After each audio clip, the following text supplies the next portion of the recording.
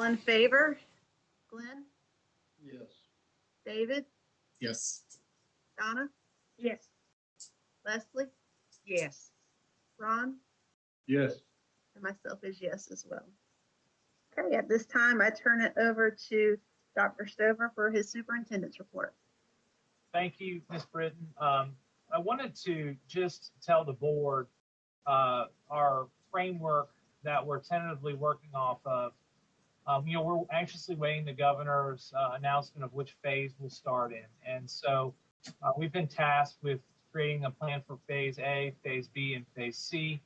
About a week and a half ago, we got the document from DPI and DHHS. So last week, I tasked all our administrators across the district to wrap their head around it, read it, understand it.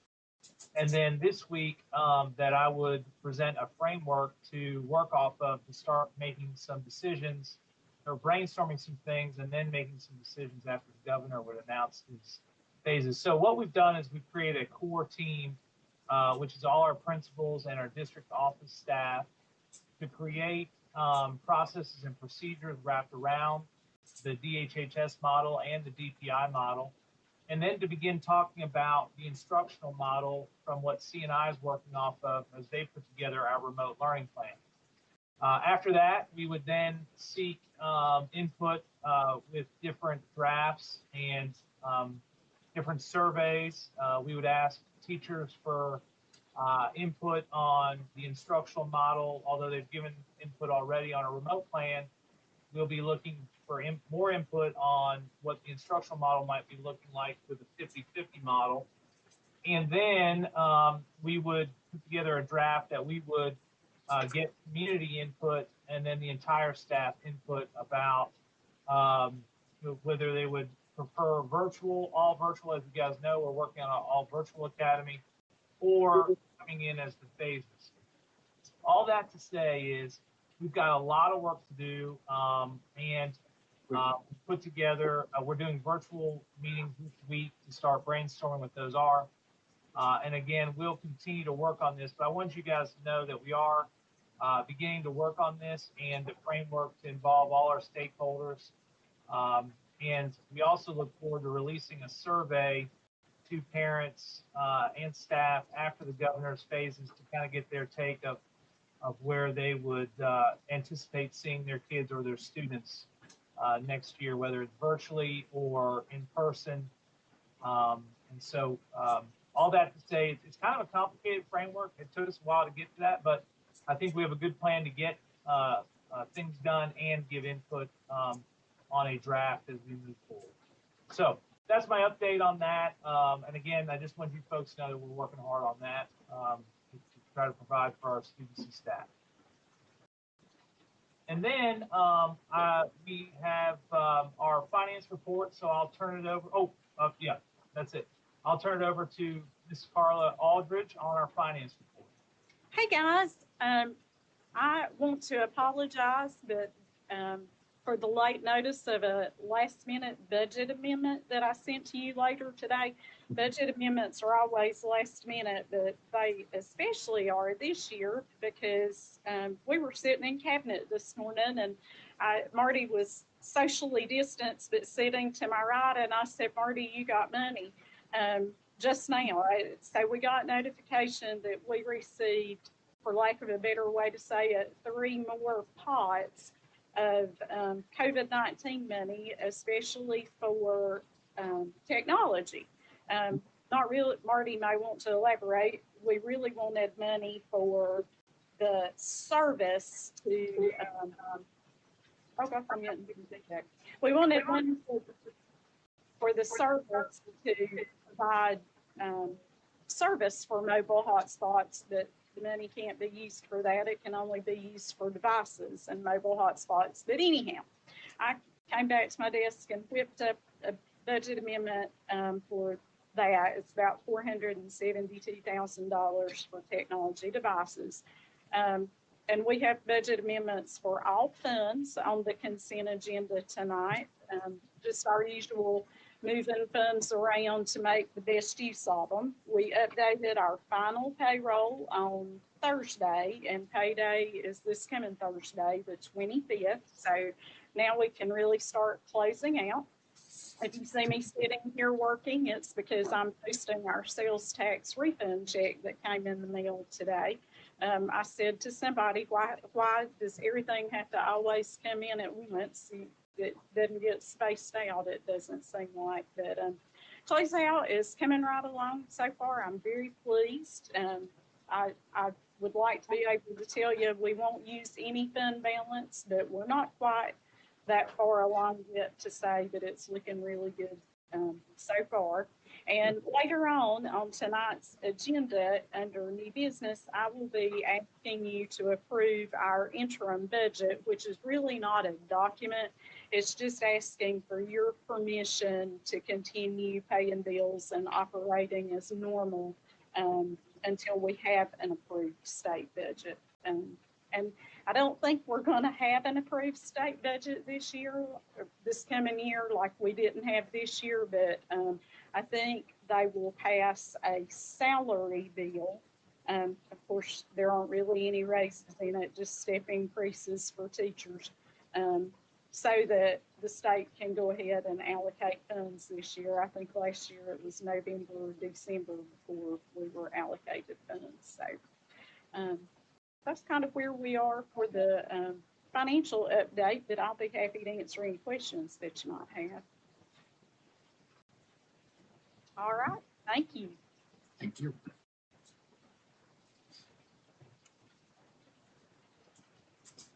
Ms. Britton, that concludes my report and the finance report. I'll turn it back to you. Okay, at this time, Crystal Davis, if you will lead us with the public hearing and public comment section. Okay, your microphone's off. Thank you. There you go. At this time, we will convene the public hearing. All members of the public who want to address the board on matters that are on the agenda may do so. And we'll also combine it with public comments. All members of the public who wish to address the board on matters that are not on the agenda may do so at this time. We previously posted that public hearing comments and public comments can be made. Of course, if somebody's in attendance, which nobody is not, or nobody is in attendance, and also by sending an email to me that I will share with the board. And I will tell you that I did receive 2 comments today, and I'm going to share those with you. Shared one with Dr. Stover, and then one we just received. The first is from Jessica Childers, and she says, I am highly concerned with the children going back to school in August.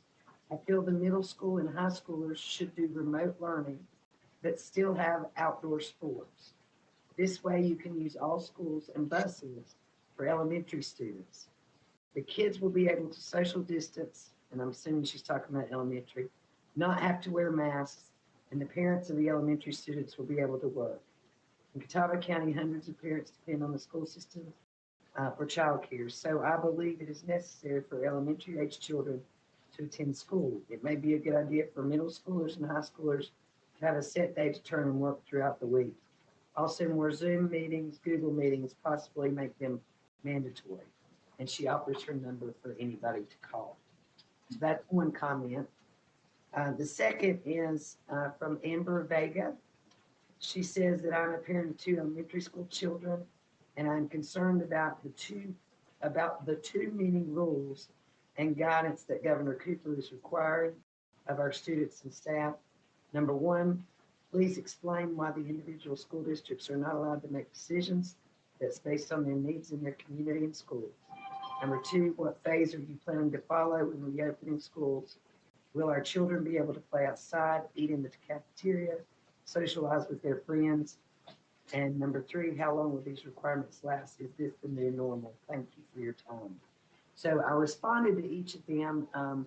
Ms. Childers, I did share with Dr. Stover, and I did respond to Ms. Vega before the board meeting began that in all likelihood, Dr. Stover would be responding to her questions because hers was more of a question than a comment.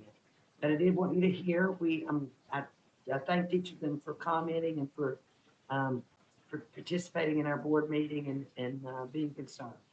So those are the only comments that I've received.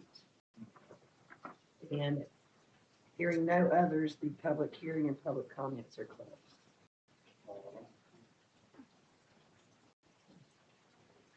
Okay, thank you, Crystal. Well, just let everybody know, I think Kathy is now with us.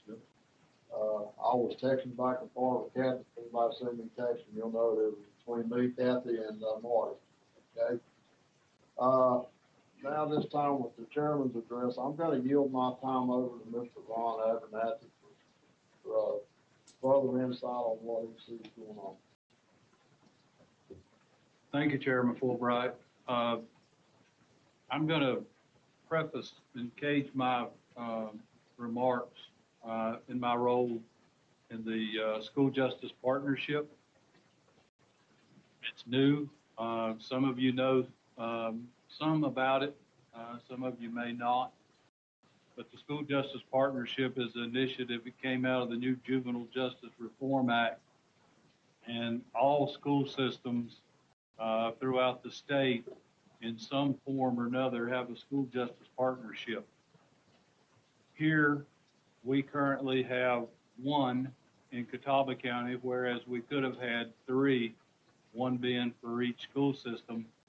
So I'm thankful of that in a lot of ways. Number one, in that we can work together as school systems as we have in other areas, and not being selfish, but it also helps me in that I don't do three in Catawba County, that I only do one, because I'm still over the Burke County and the Caldwell County. School Justice Partnership in a lot of ways is new, and in a lot of ways it's not.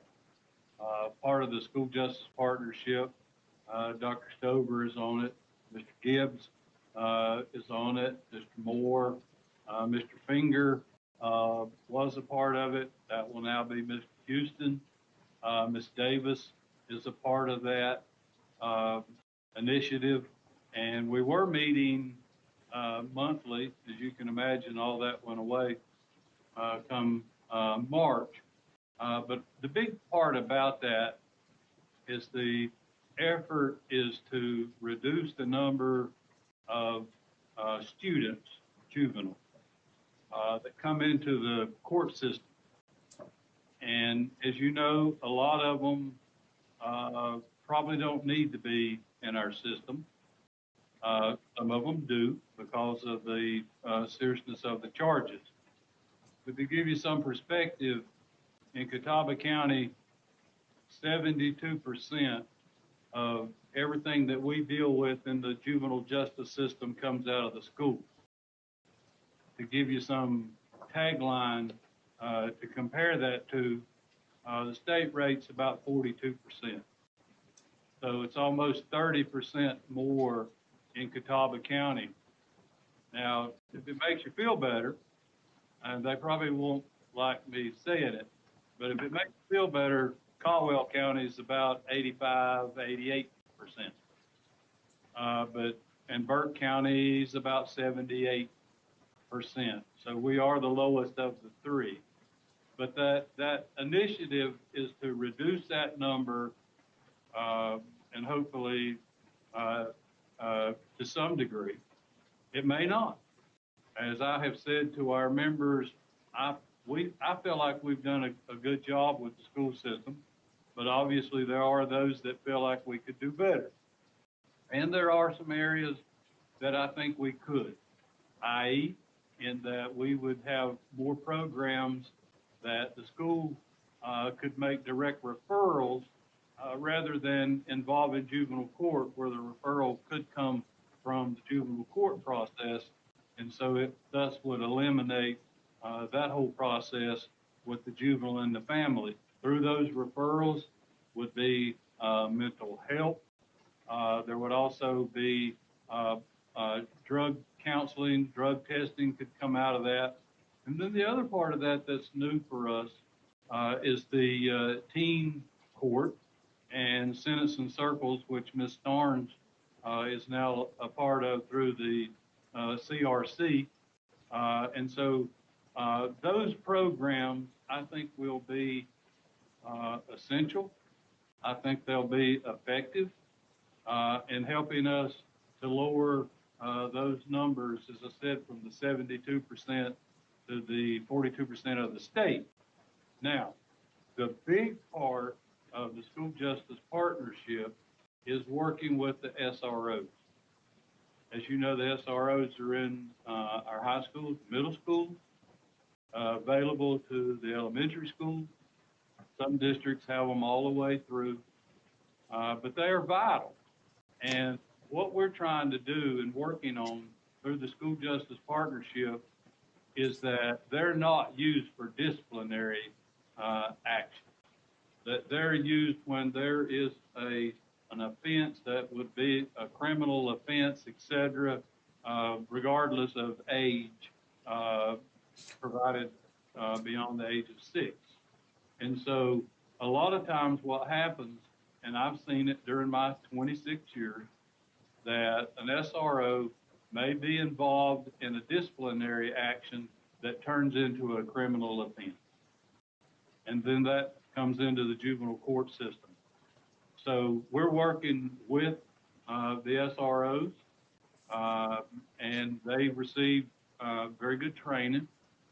But a lot of times it comes down to the directions that the principal may see that differently, may see it totally as the SRO is there for the disciplinary actions. And so we're working closely with them. Then the SRO, as the school, can make referrals to these programs that I mentioned and others without involving the juvenile court system.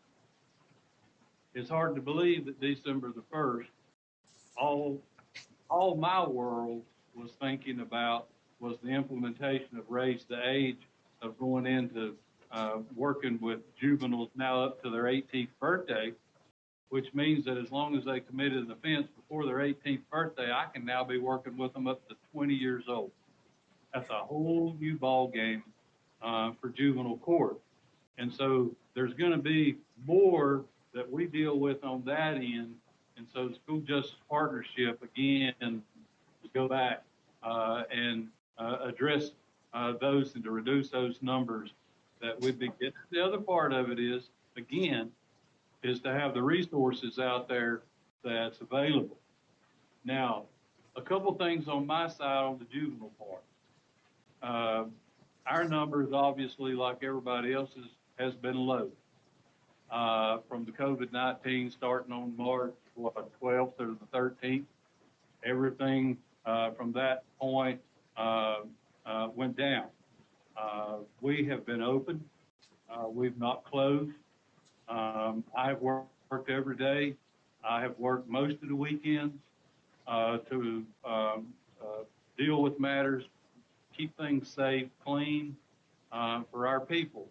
But those juveniles, as you know, we still have the same population that we had and the same issues that we had before COVID-19 that are out there, but a lot of those are just not being addressed in some ways because of it. I said all that to say that in light of all that's going on, our SROs are going to be needed more come August than they've ever been needed. No, I'm not talking about rights in school and that we're going to need that. What we're going to need is their presence is going to be so important that that relationship that students are going to be able to get back to realize that law enforcement are not bad people. Now, some are going to come back to school with those perceptions. And so those things are going to have to be dealt with, and we're going to have to be aware of that. The other part of it, for me in working with juveniles for the 26 years, is to realize that with juveniles, education is important. But I can tell you that equally important, along with the education, is social skills. And when what got me to here with speaking to you is that Glenn and I had a good conversation about this last week. That it's hard to realize that when we start back to school, if we start back on 8th to 17th of August, do you realize that they've not been in a classroom for 5 months? And during that time, they have been at home, obviously. Some of them have been at home with a parent or a sibling, and some of them have been at home alone. And so you've got juveniles, students, kids that are in the pivotal, and the lady that sent in the comment was right on about being able to have socialized with their friends. That is critical in the development of juveniles all the way through, adolescence and all. And when you go 5 months and you don't do that, as you know, a lot of them are good at sending a text, you know, that next time I see you, I'm going to da-da-da-da-da-da-da, and they don't have to worry about it because they're not going to see them. Well, guess what? At some point, August 17th or whatever, they're going to see them. And so those are issues that I think that we're going to all deal with from that perspective of, again, those social skills. The other part of that is athletics, not being able to participate in athletics. You also learn social skills. You learn, you know, when to take a lick, whether it be football or whatever, you get back up, you deal with it. That's what it is. And it helps you all the way across the board, men, women, boys, girls, all the way through the athletic process. So they've been deprived of that. And so anyway, when we join back and everybody comes back, there's going to be those things that they got a lot of pent up anxiety. A lot of them, again, are not going to know if they can trust us, particularly law enforcement or myself in juvenile justice with the North Carolina Department of Public Safety, or if they trust the teachers. And so those are things that I see. And, you know, anybody got a quick comment? Chairman Fulbright said I could talk as long as I wanted to, and so sometimes that's not a good thing to tell somebody. But if anybody's got anything they want to add to that, you know, any question that you have regarding juvenile justice, me, or whatever. So no comment. I hope that was useful. I hope you can take that and again, as that lady that sent in on the comment, social skills are important, and when those lack, then could be discipline issues that come out of that. So, thank you, Chairman Fulbright, and I will yield the remainder of my hour and a half back to you at this time. Thank you, Mr. Irad. Those that know that safety in the schools for not only our kids but our staff is a big passion of mine. And that's the reason I wanted on the front. This is something that I know that Dr. Stover's administration is talking about. So it's going to be interesting. We'll move on to consent items.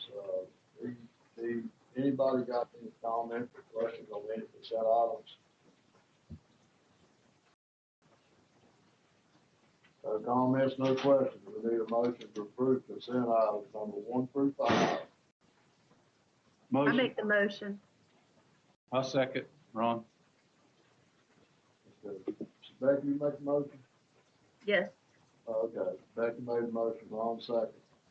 Okay, let's see if we can get this thing done. All right, one across the board. Becky, Yes. David, Yes. Donna, Yes. Ron, Yes. Leslie. Leslie, mic's off. Sorry, yes. Kathy, Yes. thank you. Unfinished business, construction updates. Mr. Moore. Thank you, Chairman Fulbright, members of the board, and Dr. Sturgeon.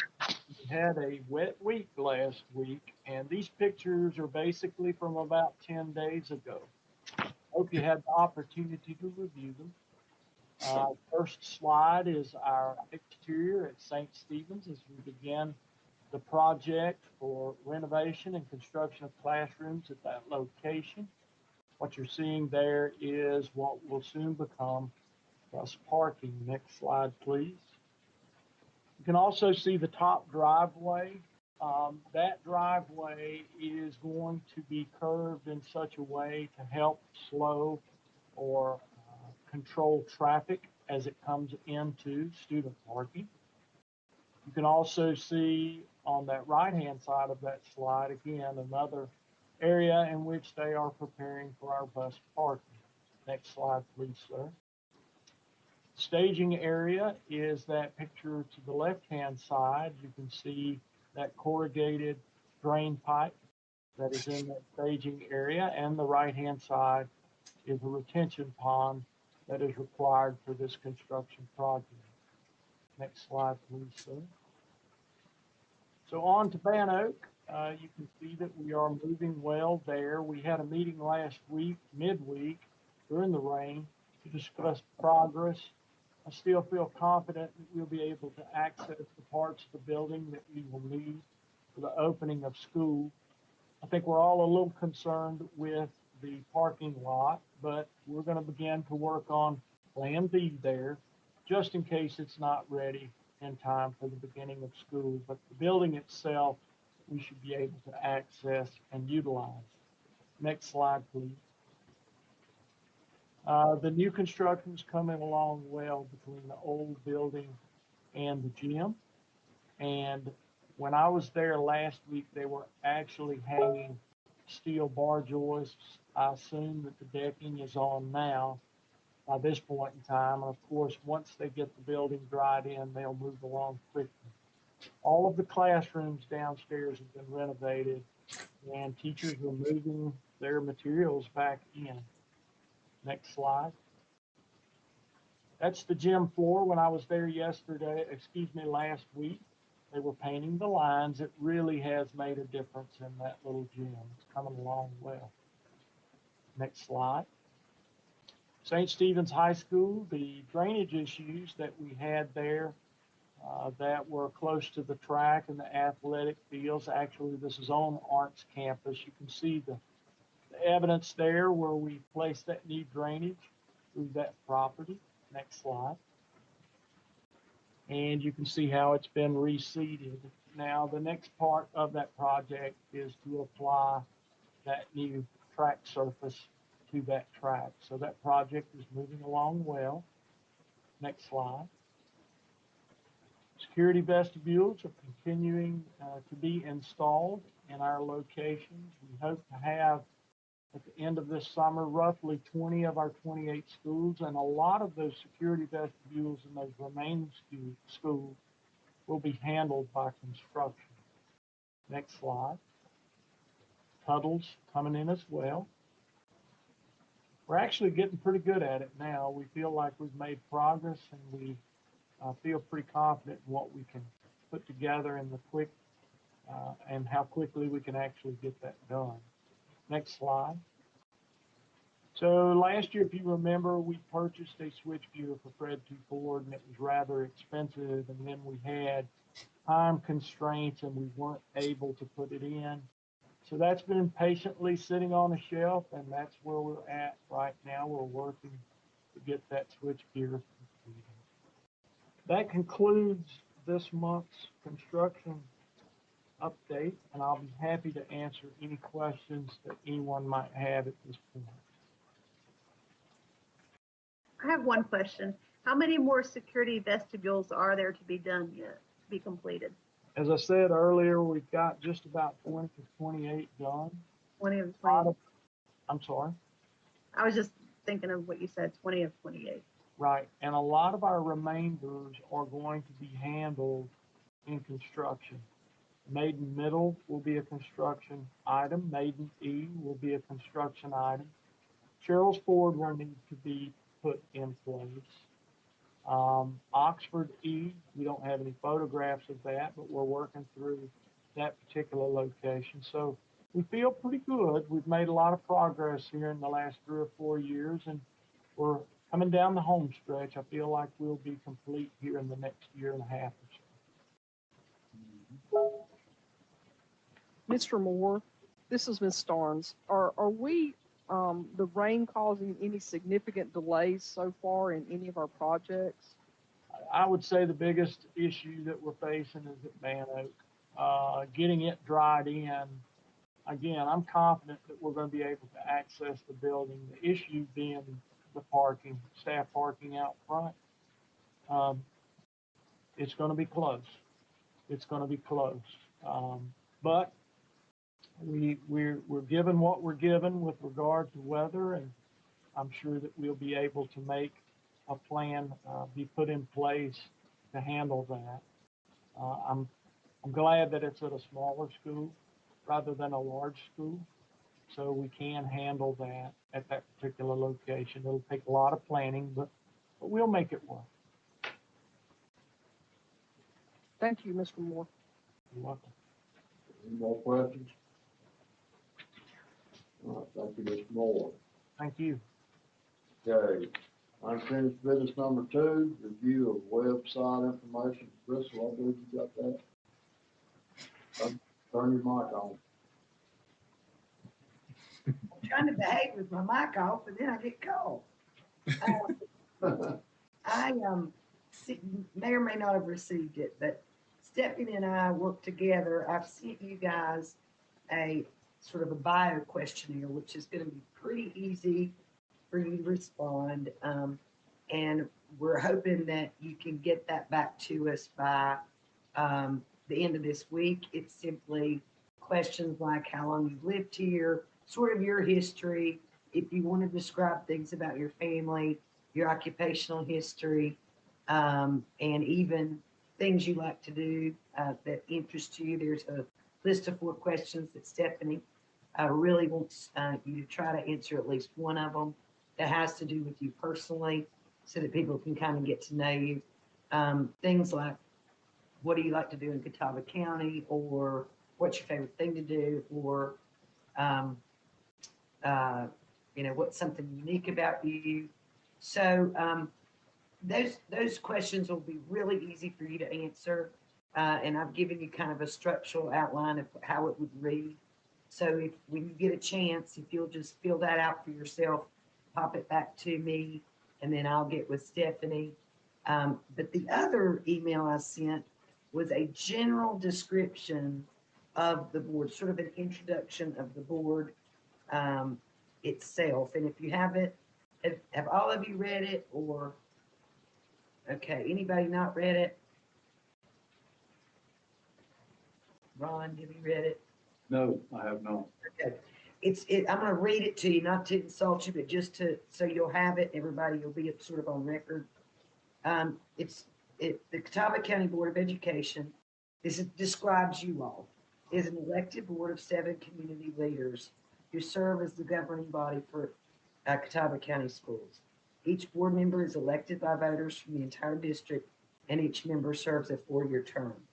Their roles require a great deal of time, energy, care, and commitment to brighten futures for Catawba County School students. We are deeply grateful for the tireless dedication of our board members. The board is responsible for establishing policies under which the district operates while acting within the framework of state and federal laws and while meeting the unique needs and concerns of the communities they serve.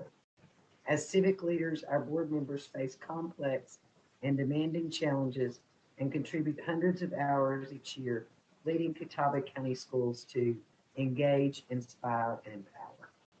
So that's sort of the introduction to all of you. It'll describe, there'll be that description there under the Board of Education, and then it'll have a category that says meet the board members. And then it'll be a picture of, say, Mr. Fulbright, and then his short bio, which will include, when he was first elected, how long he served, when his next election year is scheduled, and the same for each other board member. Nothing controversial, just this is who you are and that kind of thing. And so her deadline is June 30th, and hopefully we'll be up and alive, and everything rocking and rolling with a brand new website. That's good. Thank you, Crystal. Okay. Questions? Okay, we'll move on to new business. Finder. Yes, good evening, board members, Senator Bright, Ford, and Dr. Stover. We are excited to present tonight to you guys some information about remote learning. Are you guys hearing me okay? Yes. Okay, great. Yeah, perfect. Got a little feedback on this end, just checking. And Marty is displaying our presentation for you tonight. Hopefully you've had the opportunity to take a look. Marty Sharp, myself, and Terry Hall will be presenting tonight. And just so you know, we're pretty excited about this presentation. So we've been working for the past, I tried to gauge it, 8 to 10 weeks on putting together a state requirement for a remote learning plan, because there is a good chance that at some point in the school year, we may have to use this remote learning plan. And we realize that, whether we start that way, whether we go back into remote learning at some point during the school year, we have taken this responsibility. We've just really worked on it a lot, and we're trying to create the best plan possible for remote learning. And that's why it's taken us a while. I also want to let you know that we've had a tiered approach to the feedback. We're starting with a district task force that Terry, Marty, and myself put together, and then underneath there, subcommittees who have worked on this plan, made up a great span of folks, stakeholders who were a part of that. And then lastly, for a final step in the feedback, we did get each school to submit 3 members from the school that were part of another group to give feedback on what they were hoping to be a part of remote learning moving forward. So it's been a huge ordeal, and we're pretty excited about it. So tonight on our presentation, it's not for approval. We're going to ask you for approval in July before we submit. But so tonight is to give you, the goals will be for 2 reasons. The first is to review survey results that we obtained from our emergency remote learning phase. So we call this time period we've been in emergency remote learning.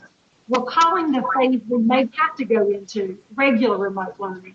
And it's important to us to separate the two for staff members and for parents and students to understand coming back to remote learning moving forward will not look like it did during emergency remote learning. There will be much more accountability on all ends of the plan. So we're truly trying to say to the public, this is a different plan to show the differences.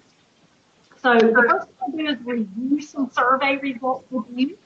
And then the second thing that we're going to do is a quick preview. Martin's going to do this part, a quick preview of components of our plan that we have put together at this point.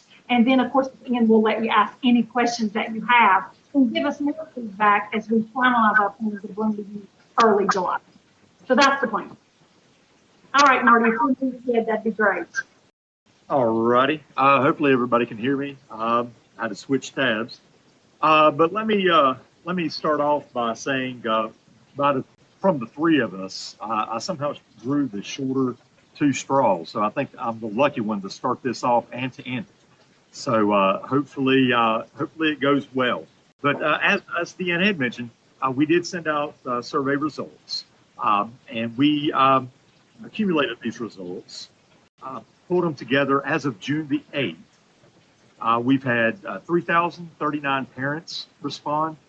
We had 871 students and 559 certified teachers. Now, we have had a few additional ones since then, but nothing substantial. So this data pretty much reflects even now today. So I'm going to start off with the parent survey. And one of the questions that we asked was, how much of the day was your child participating in learning activities from their school?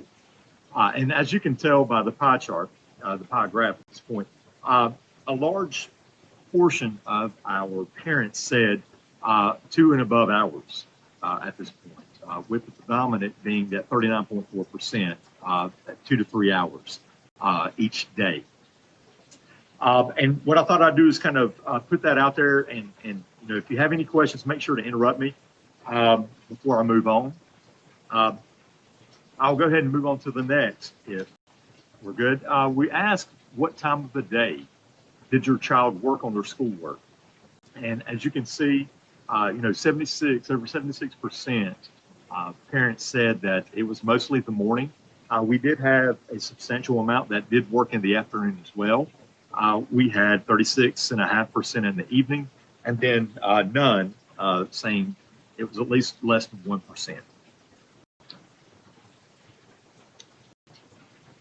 Okay, so another question was, how much do you think your child learned during the emergency remote learning compared to regular in-person school? And by no means were we surprised that we did see the somewhat less and much less being the predominant piece. And that, again, that goes back to what Ms. Finger had actually mentioned about the difference between what we're looking at emergency. This was something that we had to put together very quickly, and it escalated extremely quickly. And so we had to put something out there, and we knew that it wasn't going to be a replacement for that day-to-day regular in-person learning. But what we want to do is make sure that we're pulling this survey data and that we're trying to adjust, and we're making adjustments and plans for the future, whether it be in a face-to-face environment, whether it be, you know, phase B, a partial or completely remote as well. And of course, with those 5 remote days as well. When we asked them how they would describe the amount of schoolwork assigned by the child's school during this emergency remote learning, we did get right at 60%. That was just the right amount. We did have some too little. We had some too much as well. When we reached out and asked, did your child have reliable access to a tablet, a laptop, or computer? And granted, you know, this is within my department. I'm glad to see that this was 97% above. I really wish it would be 100% by all means, because we did offer, and we do have that 612. We had the 612 take home, of course, and we did provide access to any K-5 also. So we want to make sure that we're continuing that and make sure that number goes even higher. Marty, Yes. step back to that. Yes. Do we have those people's information of the people who said they did not have access to remedy that situation? This was actually an anonymous survey. We do not have those specific people. But one of the things that we're definitely making sure that when we're making this plan for remote learning, make sure that everyone is notified. Everyone knows that they will have access to a Chromebook is what we're providing everyone, every student. Okay, So thank you. we'll definitely make sure that we make sure that that's known, and we'll reemphasize that. Marty? Yes. On this, the one that said no, I understand that part, but on, would we not have had a lot that does not have internet access but could not have filled out this survey? That, you know, that may go higher. And that's actually leading us onto that number 15 that we did ask. We did ask about reliable internet service. And this is a question that we ask all the time. This is something that we started last year in preparation for that 612 take home. We wanted to make sure to get gather that data and to be able to kind of determine how many people within our county, within our district, do not have reliable internet service. And so that could have had some impact on that previous question. I'm not 100% sure, but what you will see, we're basically seeing anywhere between 13 to 16% constant when we're sending out surveys. And one of the things that we did this year a little bit differently, because it is hard when you're trying to do a survey online. It's extremely difficult to make sure you get those people who have unreliable internet. So we did send out a phone call as well. We sent out a phone call and gave them also a text and gave them the capability of actually texting back, do you have reliable internet access? Press this, reply yes or no. We did provide a phone number for them to call. It was set up as a Google Voice number. And so whenever they called that number, they would actually get the voicemail The voicemail did ask them the question. It said, do you have reliable internet service? And what school does your child attend? And we asked them to provide that information over the phone as well. So we wanted to make sure to try to reach as many people as we could. And I feel pretty good about that. Our numbers are tremendously higher this year doing these surveys than it was last year. In fact, I believe last year we had 2,500 responses, and we are now well over 7,000 if you count the survey that I sent out, not including this one. I hope that makes sense. Yeah, it's still roughly 450 out of 3,000 with, unreliable or no service. Exactly. That's a lot. And that's pretty consistent, to be honest, in our county. That is actually one of the reasons we sent this survey out last year. We were really targeting high school students last year and high school parents because we knew that we had the 1 Million Project, and we were able to provide a hotspot for any high school student who did not have reliable internet access at home. And again, we won't want to get too deep into that because we're going to talk about that in a little bit, but we're actually going to be able to provide K-12 this year. So what we're hoping to do is that number, that 13.6% or, that 16% range, we're hoping to decrease that part of the chart by all means. Okay, and so I did want to touch on the themes that we were seeing with these surveys from parents. One was the majority of parents want their students back to school face-to-face. And we know that, and we're happy to hear that they want them face-to-face. Although you do have some that prefer remote learning. I will say, my daughter, she's in 7th grade going into 8th grade. She actually preferred the remote learning. My daughter's a little different maybe, but we did have some, and we've had a few people contact us and mention that as well. We did see that parents reported feeling that their students did not get quite the same quality education as at-school instruction. You saw that within the survey data. We also have seen within this data and answers and comments that many parents are working or they're going to go back to work soon as well. And we know that. And again, we're trying to build out our remote instruction plan according to that. We see that parents do not feel adequately prepared or trained to teach their children. Many of them stated that they needed more support from their child's teacher.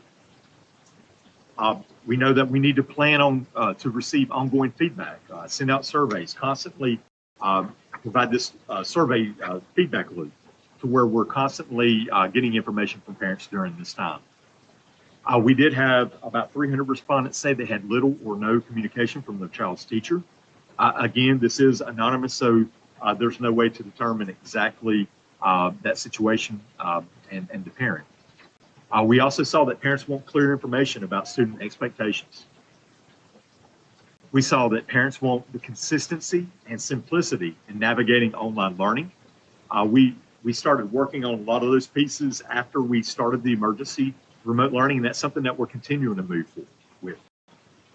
We saw that parents expect accountability, not only for students, but for teachers as well, including EC, ESL 504, and general education teachers. And one of the most surprising pieces that we found was that social media is not how more than 50% of the parents actually get their information. I would have guessed that 75% of our parents, we do run 17,000 people who follow our Facebook page. So I would have assumed that it would have been higher, but we did get back that was not the case.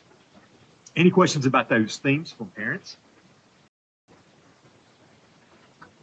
All right, I'm going to go ahead and mute myself. And I believe, if I'm not mistaken, Terry's up next. And good evening, everyone. I get to share with you the student survey information from our parent surveys. So the first question that we have to share with you is, how comfortable were you completing schoolwork remotely? That was the question for our students, and you'll notice this scale over on the side: not at all comfortable, slightly comfortable, somewhat comfortable, quite comfortable, and then extremely comfortable is the scale we used. Around 69% of students said at least somewhat comfortable to extremely comfortable.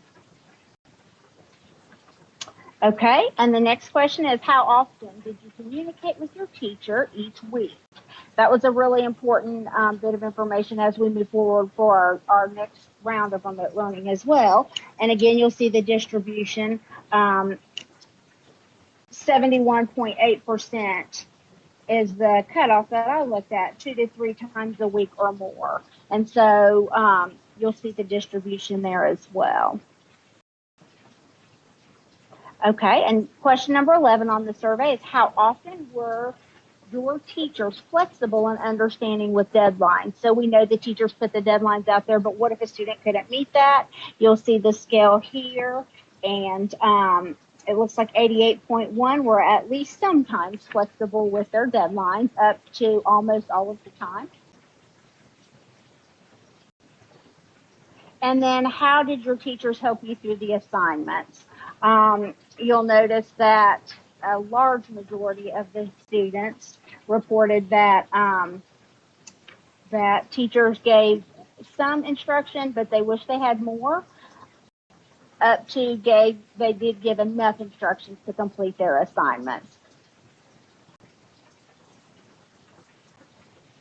Okay, and then how often did you have an adult at home helping you complete assignments?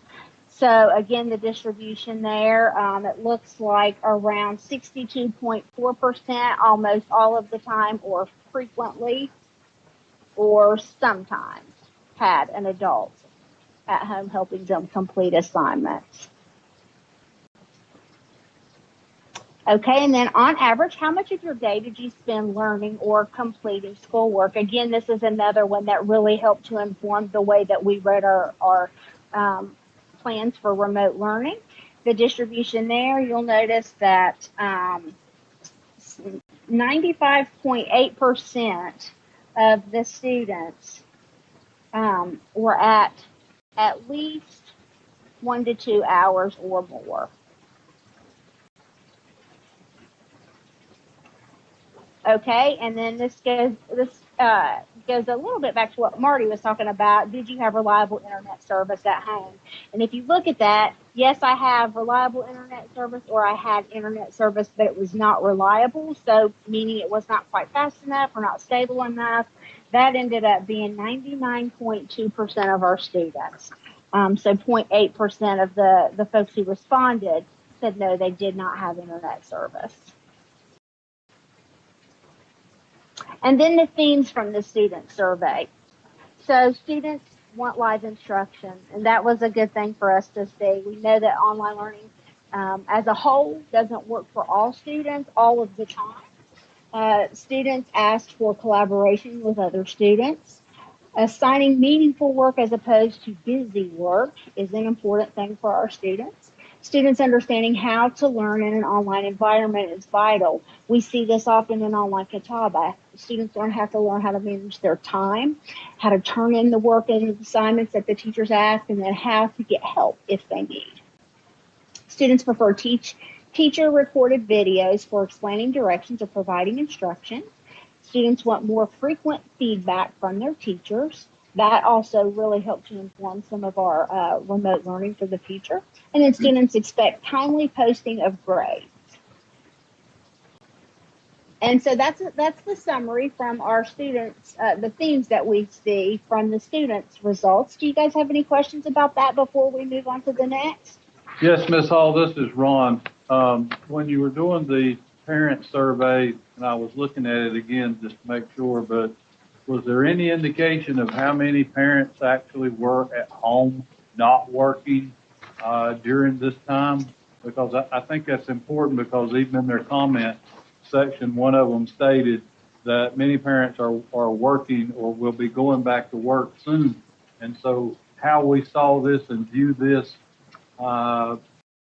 backwards, with a lot of factories and businesses being closed, with a lot of those opening back up, the environment at home is going to be a little different. So we don't know how many parents were actually at home during this time, correct?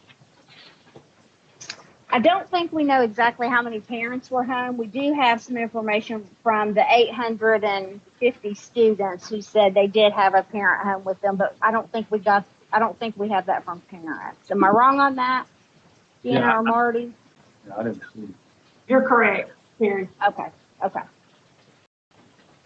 So do we have any, and looking forward, Ms. Finger, as to what that might look like a little differently with more of the parents not being at home at all now during the day? Yeah, currently in our plan, we do have, and we have this piece built, and you'll see this in July. We're getting more principal feedback this week, in fact, on this part, and then more teacher feedback. But we have synchronous times built into the schedule and asynchronous times. Well, the problem with synchronous instruction, and teachers want it and kids want it, is not everybody's going to be able to tune in for exactly the reasons you're saying right now. They might not be able to do that, but each one of those synchronous instructional times, and Marty's working on this because it's not going to be the easiest thing to do, but our plan is to make sure those are recorded and then sent out to students and parents, so that if that was not the case and they couldn't tune in during the day, they would still be able to watch that in the evening or the next day when a parent is available. So we're trying to make sure that no matter the situation the student's in, they would be able to access it at some point in time. Okay, thank you. Mm-hmm. Any more questions from anybody? Any more comments? Okay, thank you. All right. Well, we've got more, Mr. Fulbright. I'm so sorry. Oh, that's fine. Okay. All right. So I'll go through this piece pretty quickly. One of the things I wanted to mention was for you guys to notice in the survey results how we're skipping through numbers. I meant to say this at the beginning. The survey questions made our presentation if it brought attention to our team in terms of either being extremely positive and we were excited about it, or we're very transparent, as you've noticed in our results, or it made us scratch our heads a little bit in terms of we need a plan for that. That didn't work during emergency remote learning, exactly what you guys are asking about. What are we going to do different next go round? That's how it made what we're showing you. A lot of the other results we didn't put in here were pretty much what we expected, nothing new there or anything enlightening. So that's how we picked the question. So teachers, we thought this part was really important. We wanted to know how teachers felt about this. We had a lot of responses. We were excited about that. But number 3, how comfortable were you with teaching remotely by the end of the learning? We asked also, how comfortable were you at the beginning? And there was a huge increase in the amount of teachers comfortable by the end. And you can see there with somewhat quite or extreme, the majority of our teachers are feeling better about remote learning. It's not great, but they're feeling better about it overall. In 8, how often do your students meet assignment deadlines? Between sometimes, frequently, and almost all the time. The students who were participating were meeting most of the deadlines. I feel like our teachers did a good job in extending deadlines. In our new plan coming up, there will be more stringent rules about that, deadlines and that kind of thing. We know students are going to need some flexibility, but not nearly what we gave this time, which was if they ever turned it in, we pretty much took it. So we've got to get to some more stringent guidelines as far as that's concerned. How often did you provide feedback to students? Feedback will be a significant part of our new plan. It's the key to learning, is teachers providing feedback, and it's got to be ongoing, not once a week, but more often for that. So you can see for a lot of our teachers, frequently or almost all the time will be our expectation. And we were pretty excited to already see close to, I don't know, what is that, 80-some% saying that they were able to do that quite often, provide that feedback. 16, how much did you teach? This one's very, very interesting. How much did you teach compared to regular in-person school? And you can see there, the much less and somewhat less was drastic to us. So teachers even felt like with the emergency plan we put in place, they taught much less. Now remember K-5, we were paper packets. So we truly think that skewed the data a little bit. 6, 12, if we just pulled that part and separated, I think you would see a better statistic there with how much the teachers were able to teach. Again, we asked teachers, do you have reliable internet service? And interestingly enough, between the parents, the students, and the teachers, the result was almost exactly the same. If you remember those other slides, really close to having the same reliability of internet. All right, a couple of survey things. I won't read all these to you, but I do want to point out just a couple.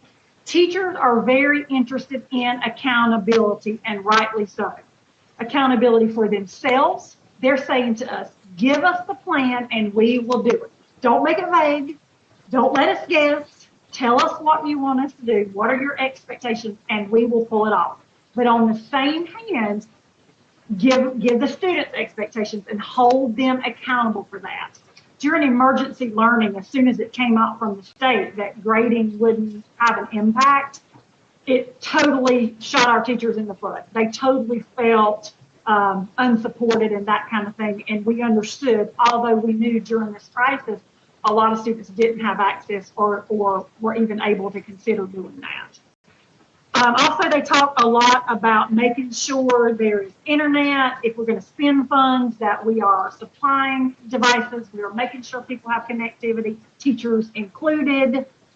They're very concerned about early grades and an online platform. They're not sure that's going to work out well, although we do have that in our plan.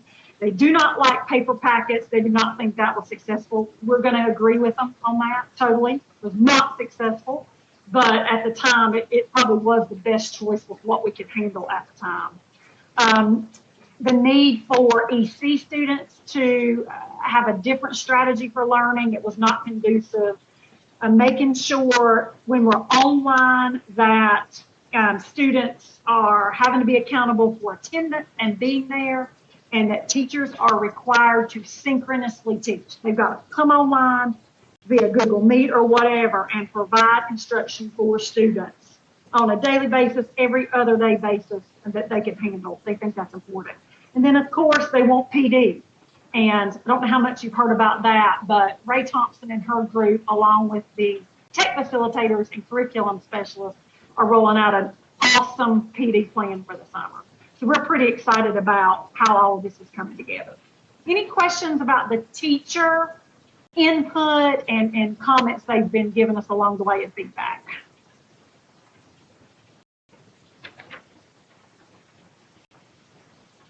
All right, Marty's gonna finish us up, I believe, with the next step of what you can look for coming up in our new plan.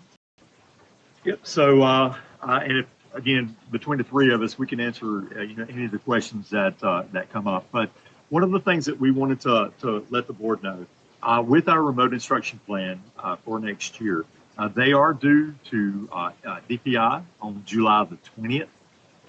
We will seek board approval, even though we don't technically at the state level. They said we do not have to have board approval. We still want to make sure to bring it back to the board on the next board meeting, July 27th. We have been assured from the state that if there are any changes that need to be made, that we can still make those changes after it's already submitted. This plan will include 17 required elements. We originally started off, I believe, with 13, and they kept adding at this point. So we started quick once we found out that it was going to be a requirement. And so we had to go back and add those 4. These elements include stakeholder feedback, which we've looked at within our data, instructional design, technology access, equitable instruction, available resources, PD, clear expectations for stakeholders, and community partnerships. And again, we've already started on these processes. We pretty much have this plan extremely close right now with those elements. This plan also must cover not just those isolated days of remote instruction, but it also has to cover long-term remote instruction. Again, not knowing exactly where we're going to be, we want to make sure that we try to plan for the worst by all means. And so just a few quick details on this remote instruction plan. Again, this is just a real quick overview. The actual plan itself is quite lengthy. And so we did get stakeholder feedback. We, as Deanna had mentioned, we do have a district task force. We have subcommittees by grade span. We're getting teacher feedback by grade span. Again, we've asked for the survey data that we presented in front of you today. We've also had K64 input as well through the technology committee. Through the instructional design element, we're looking at synchronous and asynchronous instruction. We're looking at teacher-led instruction, guided practice, and independent practice models. We're looking at how the assignments are posted, and we're looking at having them posted weekly to allow flexibility for those students. You know, we go back to part of the data was when did you, from parents, when did your child do the work? It was, you know, a lot in the morning, some in the afternoon, some in the evening. So we want to make sure that these assignments were very flexible as possible. We also are looking at formative assessments and feedback used to monitor the student progress. For the technology access and support, again, we sent out the home internet access surveys. We do have the 1 million project. And again, as I had mentioned before, it used to be for 9 through 12. We actually worked up an agreement with the 1 million project to provide K-12. We're also looking at projecting funds for additional hotspots with different carriers as well to address some issues that we've seen with reliable internet access in certain areas. We do provide Chromebooks for all students. We're going to continue to do that. We started a help desk for technology issues, and that was actually one of the most impressive things I believe that our team did. We were able to centralize all technical issues, and we did it in a safe and efficient manner. With gloves, we had PPE, everything taken care of, sanitizing. We had a really good workflow going on. We're going to continue that as well. We also had a remote support chat and email. I believe, if I'm not mistaken, last time I looked at our remote support, we had over 500 tickets that we considered them tickets if they communicated with our remote support. I did staff several of our guys throughout the week. We did have one, at least one that was remote all the time, and he ran the help desk, that remote support help desk. Marty, Oh, yes, I'm sorry, go ahead. are we going to have a place on the school's website, I mean, on the county website, the CCS website, where teachers can post in one place assignments? So the way we're looking at doing is that through what's called an LMS. All students will be in an LMS. That's part of our requirement. And I believe that may be one of the elements I'm going to address here in a few minutes. Okay. That's how they will post assignments. And that is actually how parents will see assignments as well. Okay. That is a requirement of this remote plan. Okay. Good question. For the equitable instruction element, we do have plans for EC, 504, ESL, AIG, and McKinney-Vento students. Those without internet access will be provided offline instructional materials.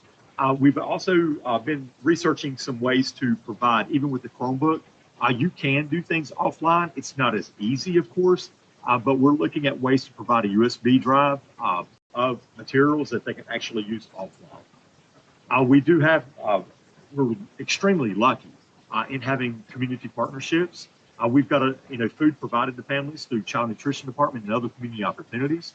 We've also formed partnerships with more internet availability. That's one of the things that we discuss in our K64 Technology Committee meetings, how we can continue to push to narrow that 16% that we're seeing with unreliable internet service. For available resources, we're continuing to collect offline and online resources for student and teacher use. We have been providing PD, and I'll go back and I'll give our instructional team kudos. They've done an amazing job, and even the curriculum folks did an extremely great job when this pandemic started, kicking off PD, providing PD pretty much every Tuesday through Thursday, sometimes even longer during lunch. We had a lot of people attend, and it was awesome, to be honest. We're looking at procurement of district resources, additional district resources. We also, again, we provide student and staff Chromebooks. We're actually looking at adding additional student Chromebooks with warranties for those K-5 students. For PD, again, I go back. We had this Tuesday LMS. summer support, or we're doing that in the summer. Again, because the LMS, the Learning Management System, is a requirement for all teachers and all students, we're providing that summer support for all teachers throughout the summer. We also have a help desk support by ITS and classroom teachers. The digital playground is something that we started many years ago. I believe it's been about 4 or 5 years ago that our ITFs started with self-directed digital learning for staff. We're continuing to add to that, continuing to evolve that. We also have additional online PD resources provided through our CCS PD site, which Ray Thompson has done a marvelous job creating. All right, so the clear expectations part of the element. We're saying that principals will facilitate weekly grade content department collaborative planning sessions for teachers. We are trying to build that in as part of the plan. Teachers will also participate in collaborative planning sessions, as we mentioned. They will use an LMS. We are pushing K-5 for Google Classroom. Grade 6 to 12 is a little more difficult sometimes because we have some middle school teachers who are using Canvas now. So we're pretty much given a choice in grade 6 to 12 between Google Classroom or Canvas. But we do want to make sure we're trying to maintain, 2 at the most at this point. And the reason behind that is we want to make sure our admins have accessibility inside of that. We don't want to, our elementary school principals having to manage 3, 4, 5 different ways to be able to have access to that. We're also providing practice for students and parents on the use of the LMS. We want to be able to provide timely instructional feedback. We are requiring daily office hours. We're looking at a minimum of 2 hours. And again, we are providing daily instructional support in a synchronous manner. All right, that's a lot of information, I know. Are there any questions that Deanna can answer for you?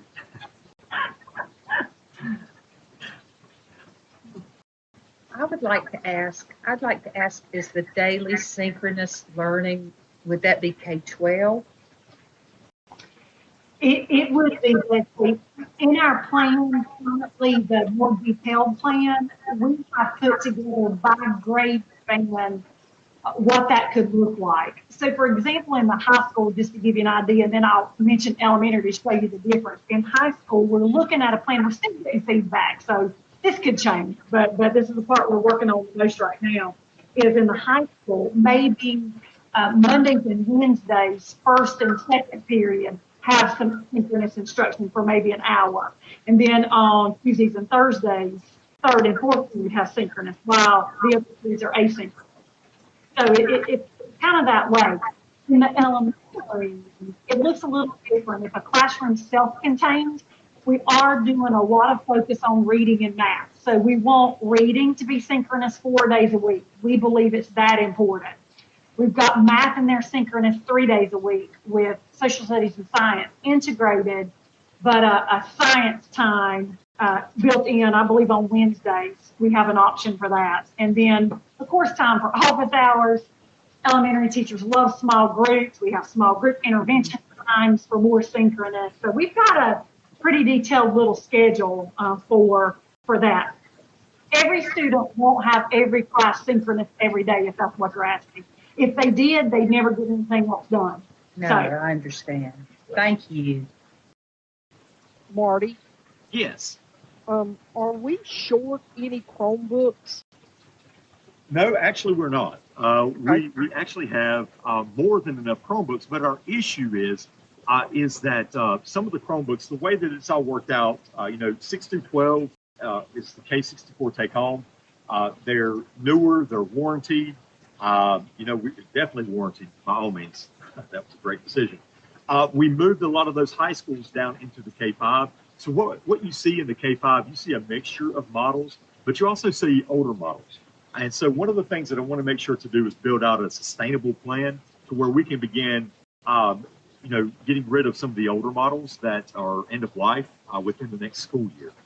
And so the funds that we're receiving actually from the state that Carla had made mention earlier today, that we just got that money today, a big portion of those funds are actually going to go to student Chromebooks in grades K through 5. One of the things we want to make sure to do is if they're going to take them home, we really want to make sure that those things have a warranty on them. and I'm talking about a platinum warranty.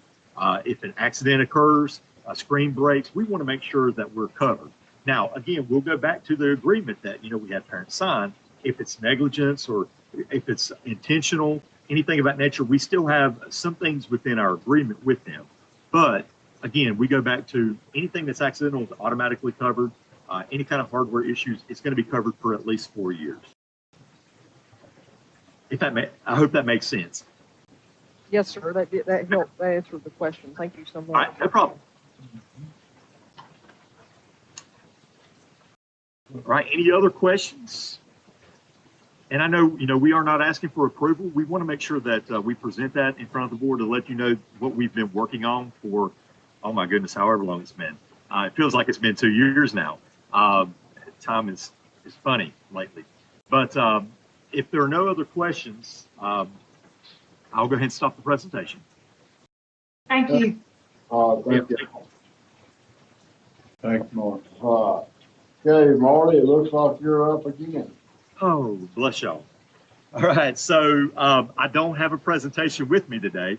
So I wanted to, Mr. Chair, Vice Chair, members of the board, all cabinet, this is my annual plea at this point to request approval for our light speed filter.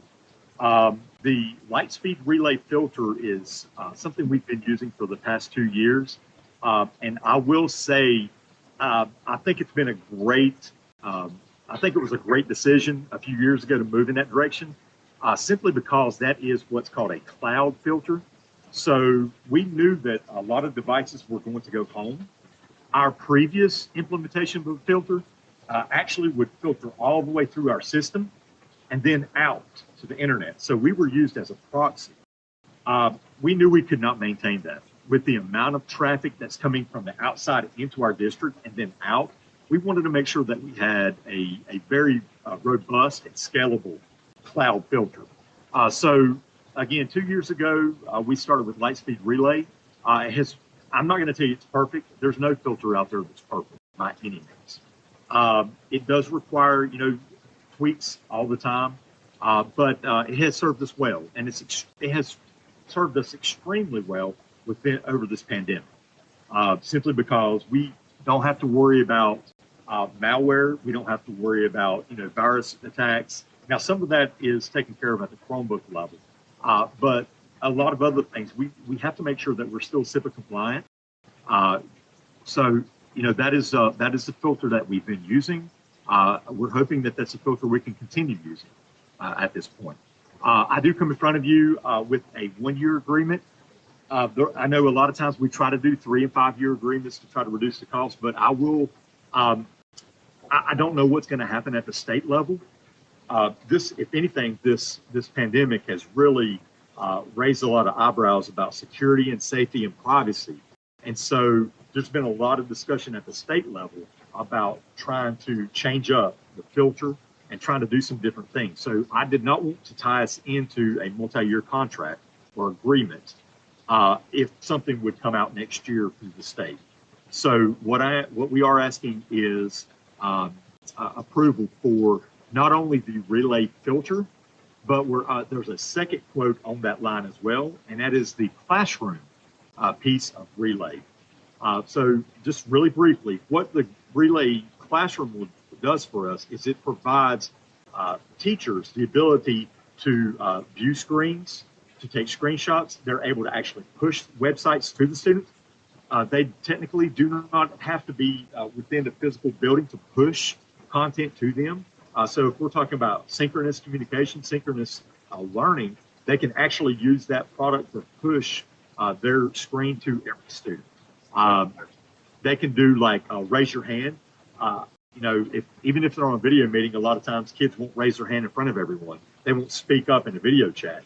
And so it actually gives them the capabilities. They can say, Johnny, or anybody who's having trouble, there's an actual icon at the top of the Chromebook. They can raise their hand and say, hey, I have a question. And it can be a side conversation at that point.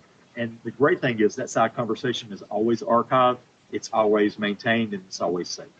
So that's the the classroom piece of that, and you'll notice there are two different quotes for that piece. I hope I did a good enough job explaining what that is. Again, I ask for approval, if at all possible, for the Lightspeed relay filter. So you're asking for approval for the quote $15,825.20 and for the $49,100.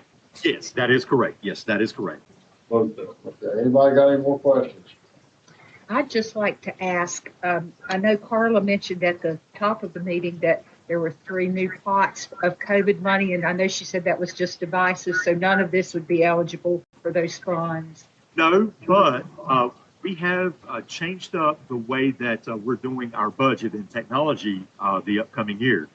Thanks to Carla, and we have had to plan that budget out in ahead of time, and so we have actually projected all of our expenses on the CARES Act funding that we're receiving, and so every bit of this has been projected already. So it will be part of next school year's funds, but again, we've already projected every bit of this as well. So we do have the funds, and it will be allocated if approved.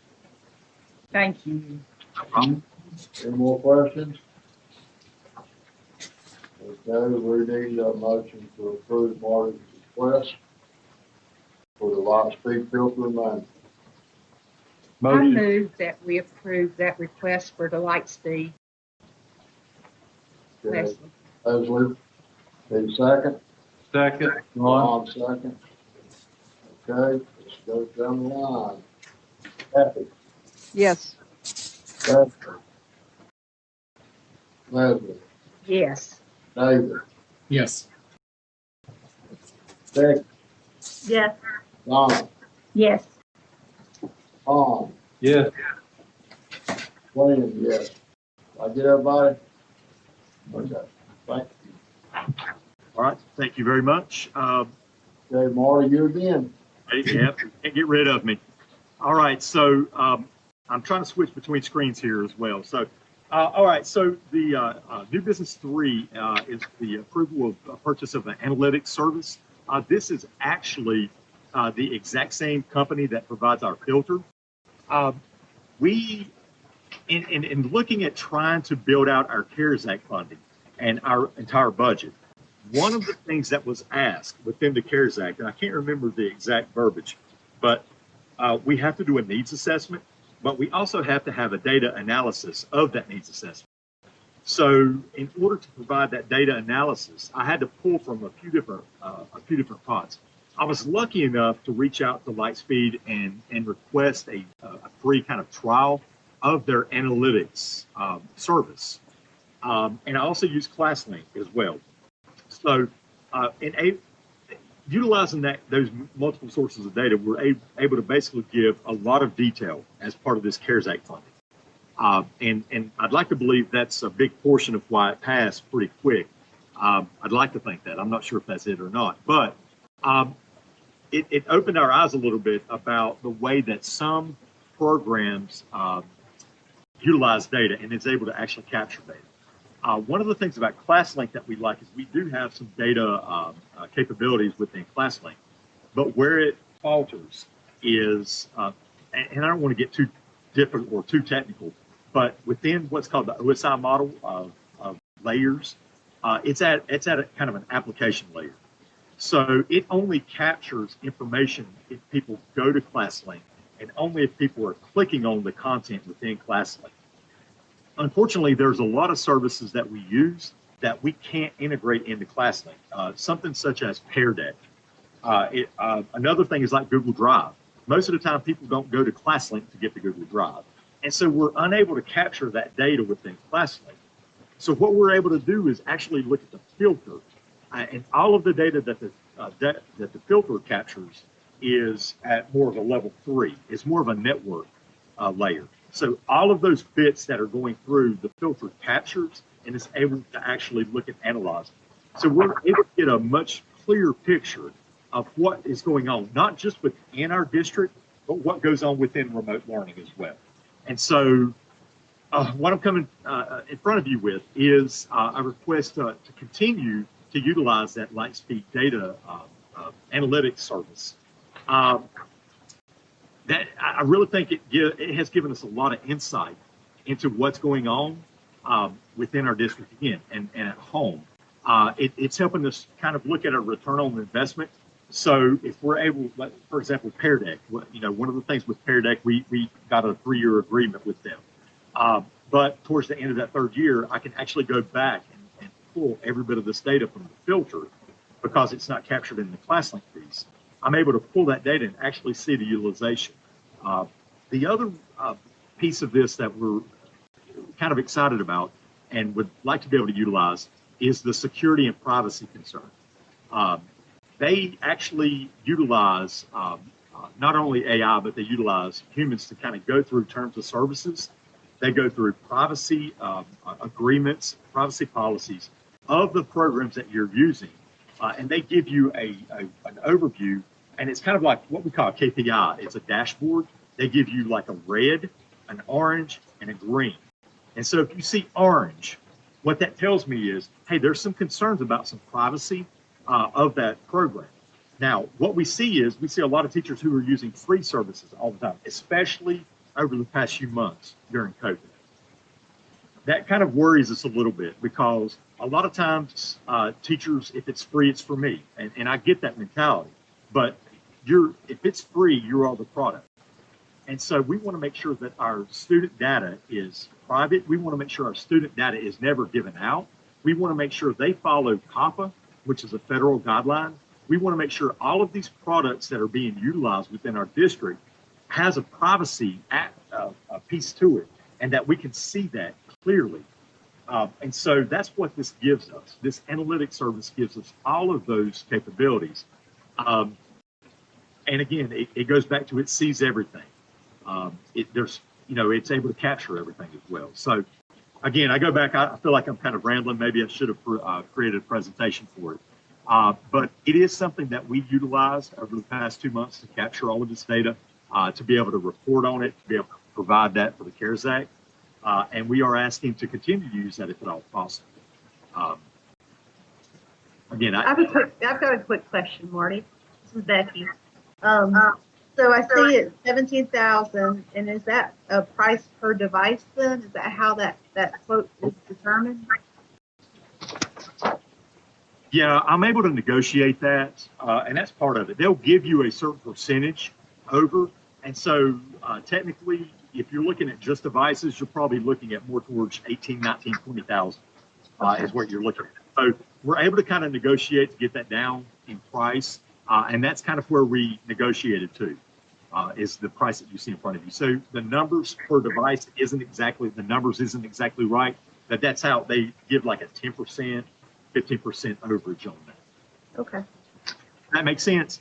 Yes. Yeah, it's one of those negotiating tactics that vendors do a lot of times. That's fine.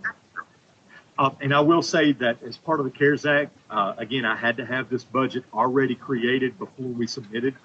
This was actually one of the products that we projected in anticipation, hopefully, of passing. If not, no worries. We can always revert and do something else.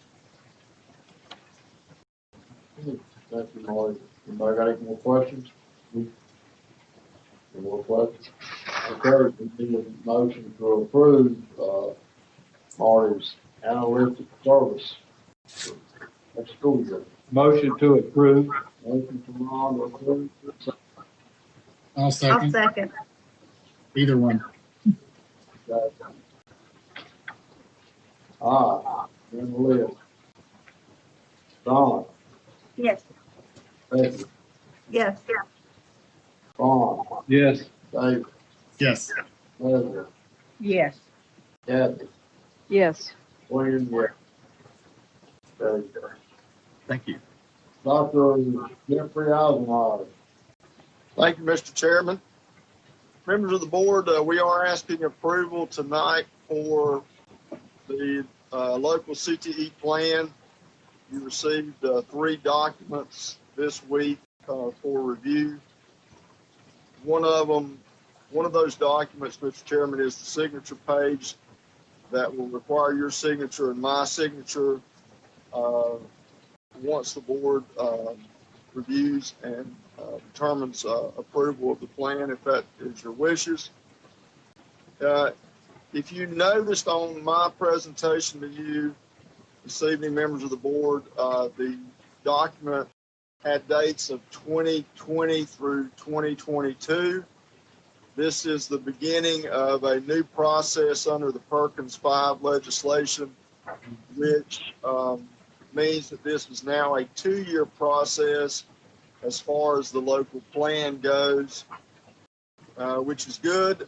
Each year we do have to submit a new budget.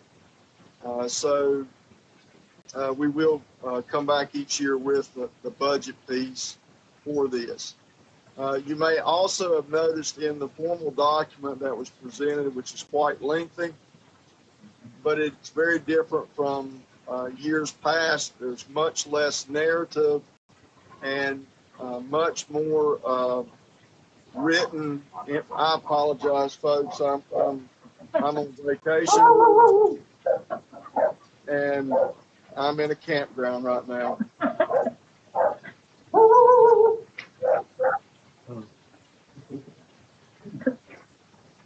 It's okay. I apologize. I have threatened folks to be quiet around me, but it doesn't seem to be working. So anyway, there are some pieces in the formal document that are blank because we are in a baseline year right now, and many of our metrics have changed from what were in the past CTE plan under Perkins 5. So just to go through a few of the highlights with you very quickly on this, the document that we presented to you was broken down into three main sections.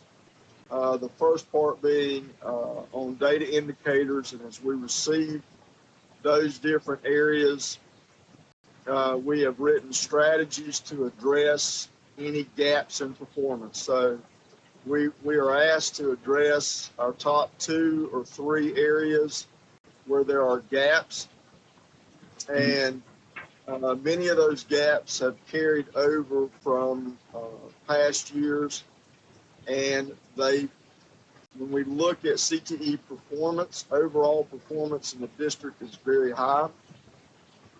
We certainly did not like the fact that the COVID-19 situation did not give us any data to look at, but CTE data is always about a year or 2 behind on performance expectations. So we're certainly not sure what the future holds with receiving data as we move forward. Some of our biggest gaps, though, certainly fall into those subgroups with economically disadvantaged students, our Hispanic population, and where there are gaps with reading or language acquisition. When we look at the second part of the plan, we had to conduct a comprehensive needs assessment. This is a process that we worked on for about 6 months, and it was driven. There is a major component of that is driven by the local economy, and our CTE plan needs to mirror what our local and regional economy needs. We are fortunate in Catawba County that we have a strong economy. I believe once we move through this process with COVID-19, we will continue to be strong in our area, and our local CTE program in Catawba County Schools will continue to work on that mission of making sure that we're connecting young people to the workforce. So we had 6 sections that we addressed there, everything from how it aligns with the local economy to equity and access for our students and professional development and support of our teachers. If you've read through these documents, you can see that in our strategies, we have a strong focus on supporting teachers and ensuring that our teachers are adequately prepared, whether it be with new courses or any curriculum or materials or those types of things there. The last section that we did a presentation with you on in the board document was on the local application narratives. Those are, again, narratives like we're in the last section, but the last plan rather, but we addressed the specific questions that were there. And then the final section dealt with months of employment and our 13, which is our PRC 013 budget. We lost about 6 months of employment, I believe, from the prior year, but we were not affected in any way with changes in personnel. We did add a career development coordinator back into that budget. We're able to balance that out and still have 1 month of employment left over. We believe that in the past we have had to share a career development coordinator between Vandy's High School and Maiden High School. Now each of those schools, if those positions are approved by the board, will have their own career development coordinator. Particularly at this time, that is very important with the support of teachers from an instructional standpoint, whether that be remote learning or what the situation is.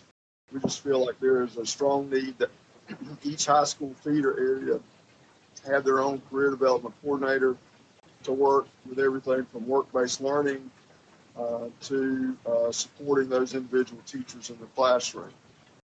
Our 014 state budget piece for operations went down slightly, but career technical education is very important at the federal level currently, and those numbers in our 17 budget went up quite a bit from last year, so those numbers balance themselves out.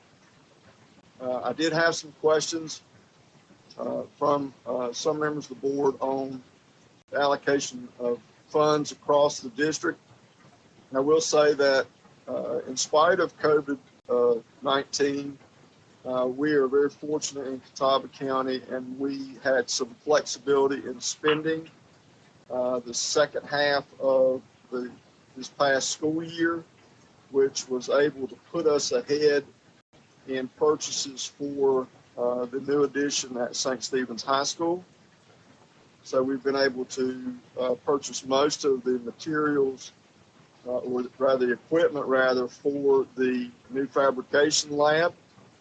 And our focus as we move forward is to, over the next 2 budget cycles, to make sure that we outfit the automotive piece that will be at St. Stephen's. We were also very blessed in the fact that we were able to fulfill many of the requests of teachers across the district for new equipment, whether that be sewing machines or whatnot.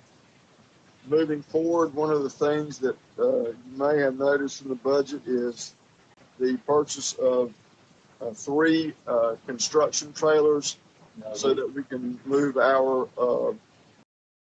construction students off campus to do more off-site work and some of those things of that nature. So those have arrived. Yes, sir. Okay. Those have arrived, and we are moving forward. Do you have any questions for me on the budget or anything in the plan at this point in time? Ms. Davis? Yes. Von Starn's name appears in some of those budget items. Am I prohibited from voting because his name does appear and he is my brother-in-law? No, he's part of the plan. he gains no more benefit necessarily from this plan than he would in a hire. So that's for the conflict, if it was a hiring issue. Does that make Okay. sense? Okay, I saw his name in the list and I just wanted to make sure I was not in violation. You're not. Any questions for Mr. Osmeyer?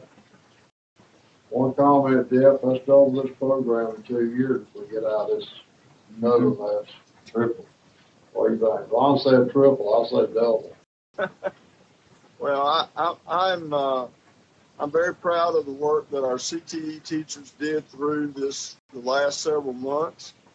It's certainly not the best situation, particularly with the amount of hands-on learning that we have in our classrooms and our situations. But I will tell you, they have been troopers, and I can't say enough good things about them or support that you folks give to us in CTE or just the district as a whole right now. I think everybody's done a phenomenal job working through the situation. Okay, thank you. We need a motion to approve Mr. Eisenhower's local plan for career technical education. I'll make the motion, we approve. Thank you, Mr. We Green. break that on the plan. I'll second. Thank you, Becky. Okay. Ron Abernathy, Yes. Donald Faulkner, Yes. Becky Fritz, Yes. Deb Storm, Yes. Leslie, Yes. David, Yes. William, yes. Thank you, Mr. Eisenhower. Go enjoy your vacation. Thank you, sir. Bye-bye. Bye-bye. Okay. Mr. J.R. Sigmund. Good evening, Board. I'll just take a few minutes to present the plan for the title budgets and an assurance that has to be found as well. Marty, do you have the slideshow or do I need to present? If you could, it'd be great. If not, I can. Okay, I have it. Okay, thank you. While I bring up the slideshow, the assurance that needs to be signed tonight by you guys is just giving your permission for Dr. Stover to sign in your place. It just has to be on the minutes stating that that has been done, and it is the prayer assurance that North Carolina does not hinder that. Catawba County does not hinder that prayer law of North Carolina. So that's the only thing with the assurance. Crystal, did you have time to look over that? Have I missed anything? Nope, it's perfectly fine.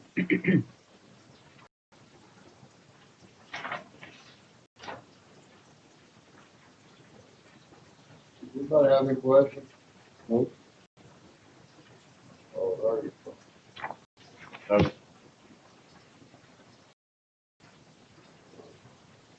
Crystal, before I start this, do they need to approve allowing Dr. Stover to sign that?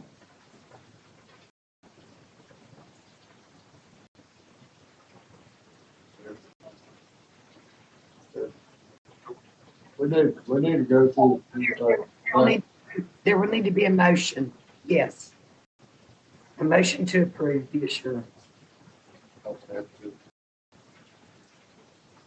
Okay. We're going through the presentation first. Well, there's two separate ones. It's for the assurance and then to approve the grants. I would do the grant first and then the assurance. Yeah, let's do the grant first, please. Okay, can you guys see my screen? Yeah.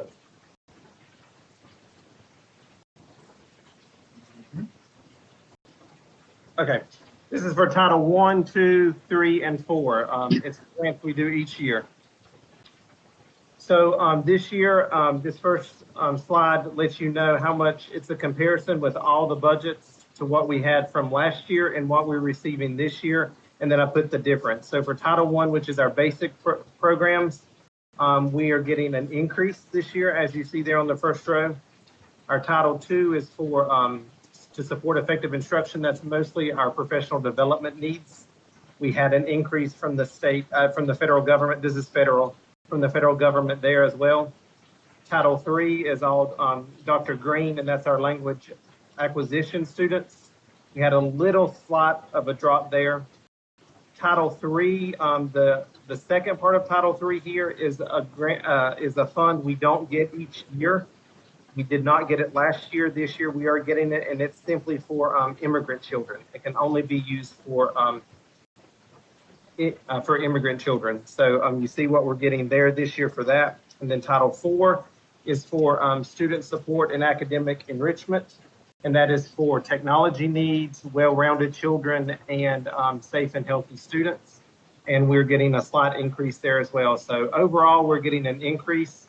And Carla and I were both shocked and surprised, but happy for all the increases because we were not expecting that for this year. Okay, our plan, we are continuing with our strategic plan, even though this school year that just ended was our last year with our strategic plan. However, we were not able to meet with all of our stakeholders and create our new plan. So therefore, any school district that was in that situation, they are being allowed to extend our strategic plan into the beginning of next year. So we are just continuing with our strategic plan through the beginning of next year. So we're going to continue with our same 5 goals. And our title funds directly line to each of our 5 goals, which I'll show you that in just a second. And all the strategies within each of the goals are how we are choosing to spend our money. And that's how they define the strategies, is how we're going to spend the money with each of our funds. And this form will show you how we are aligning the spending of our money to each of the goals of our strategic plan. The first there is to provide a high quality education with flexible opportunities for all students. And as you see, all the funds relate to this goal. And I have listed there all the strategies or things we are spending our money on in those funds that relate and align to this goal. Our second goal here is to provide Catawba County Schools students with a personalized education.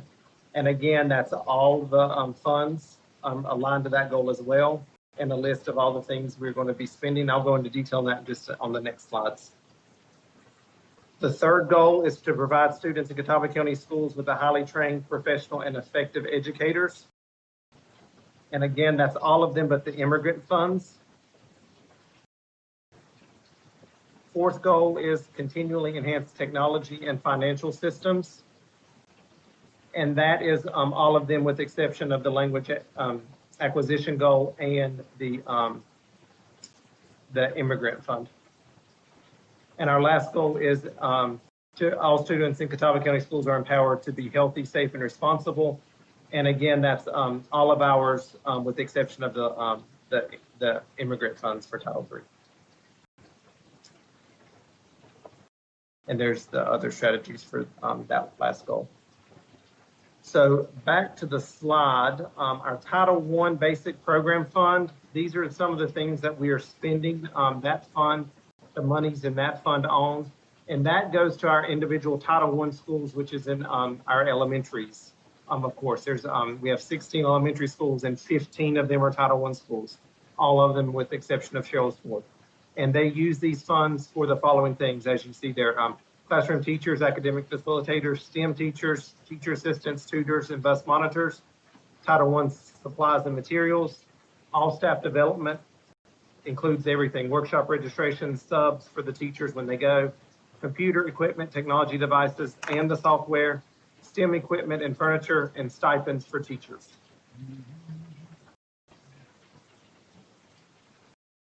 Some more things. These are the district set-asides. These are the things we set aside as a district before we allocate to the school. So as a district, we use Title I funds for the following things. The district at-risk coordinator, Title I crate software. That's our software that we collect all of our data for all the Title I schools that we're required by the federal government to collect each year. Transition to kindergarten supplies and materials, homeless students, and parental engagement activities at the district level. Okay, Title II, that's effective instruction, which is basically our staff development and professional development need. The big chunk of this fund goes to our BTI, Beginning Teacher Institute. We also we employ mentors, tuition and testing reimbursement, professional development, workshops and trainers, substitutes for teachers to attend all those things, online Catawba teachers, learning-focused schools, district-wide, personalized learning, math foundations, power standards, staff development, kindergarten play-based learning and standards-based grading, use mental first aid, ESL conference, PBL training, various science, math, and STEM conferences and trainings, aspiring administrators, and materials this year for right from the beginning. Title III, the language acquisition. Dr. Green uses 100% of her money to employ 5 ESL teachers throughout the district for that. This year, since we're receiving the immigrant funds, they have to be spent on immigrant children. So this year they'll be spent on instructional materials and supplies, of course, for the immigrant children. 2 years ago when we received it, she bought Chromebooks for the immigrant children, and we have to do it on something different each time we receive those funds. Title IV is on student support and academic enrichment. We're going to spend our funds this year on online Catawba teachers, the Case 21 assessments, the Educator's Handbook, which is our student discipline software system that we have for all the schools to use. Imagine Learning software, which is what the language acquisition students use. MTSS web-based screener, STEM West partnership, Elevation and Collaborate software, which is another language acquisition software piece, microscope repair and maintenance for the high school. And that is it. Any questions on our title budget? Questions? Nope. Great job, Mr. Sigmund. Thank you, Leslie. You know all about it. He hit the ground running, didn't he, Leslie? Yeah, yeah. I was waiting for Leslie to chime in because I knew she would know exactly word for word where all that was coming from. And I'd really like to commend Deanna Finger and Dr. Stover for really integrating Title funds. I don't think anybody until you came really leveraged Title I funds so well for the district. And so it really helps that Deanna had that job herself and knows what's there. Thank you. It helps to be able to blend, that's for sure. Yeah. And prioritize and then try to fit it where it will go to make the most of the funding. But thank you. Before we move forward, JR, you asked for something about approval of Dr. Stover to sign. We don't have Yes. that, a line item. Yeah, I need 2 approvals. I need one, the approval of the grant for the title budgets, and then an approval for you guys to give Dr. Stover permission to sign that assurance. Crystal, do we not need to add that all into one motion, but since we did not have it on the line item? Yes, I would do that. Just approval of the grant and approval of the assurance for submission of the grant. It's really one and the same, but go ahead and say approval of the grant and approval of the assurances for submission of the grant. Okay, fantastic. All right, we need a motion. What Crystal said. I'm Dolly Carpenter. I'll make that motion. Thank you. I'll second. Leslie second. Okay. Ron Abernathy. Yes. Jeff Storm. Yes. Becky. Yes. David. Yes. Donna. Yes. Leslie. Yes. Lynn, yes. Thank you, Mr. Sigmund. Thank you. Appreciate it. Thank you.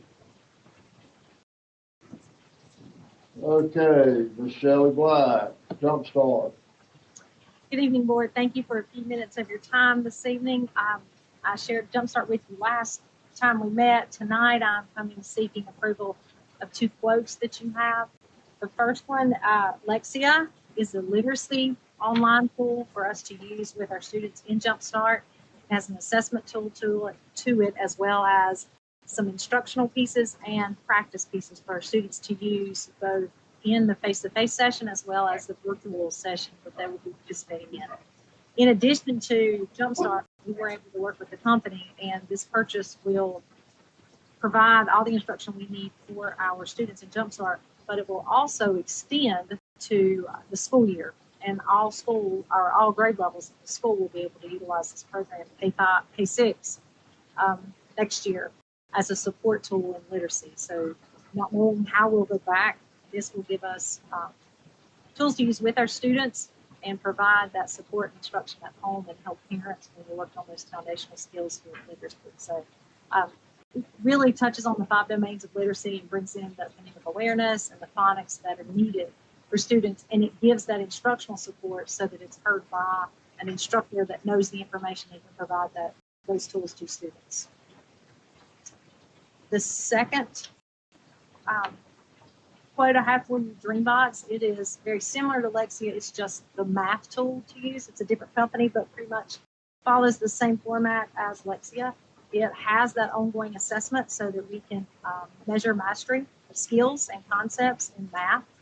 And it moves both, I didn't say this with the first one, but both programs are individualized and self-paced. So it moves with the student and it will tell you what their weaknesses are. It will suggest lessons for the students to do, and it will also provide printable lessons for the teacher to use with the student and tools to support learning at home. And it follows the same format as Lexia. We can use it during Jumpstart with our students in Jumpstart, and it will extend into the school year next year and allow us to use it with all grade levels in the school for the school year next year, not knowing how our remote learning will work for our students. You're asking for approval for Alexia for $205,300. Yes, and then Dreambox for the $70,000. And let me explain too, because I forgot to share this piece. The state allotted us an amount of money to spend for Jumpstart. And it's one of those situations where you're given this amount of money and you spend it for Jumpstart, and what you don't spend goes back, it reverts back. So I really worked with the budget to figure out a way to make certain we pay for personnel we need to really create small groups for our students and be able to provide instructional tools to support them in Jumpstart and carry them further if that was possible. And with these two quotes, I was able to do that with that money. How much money was we given? We were given $704,000. Cool.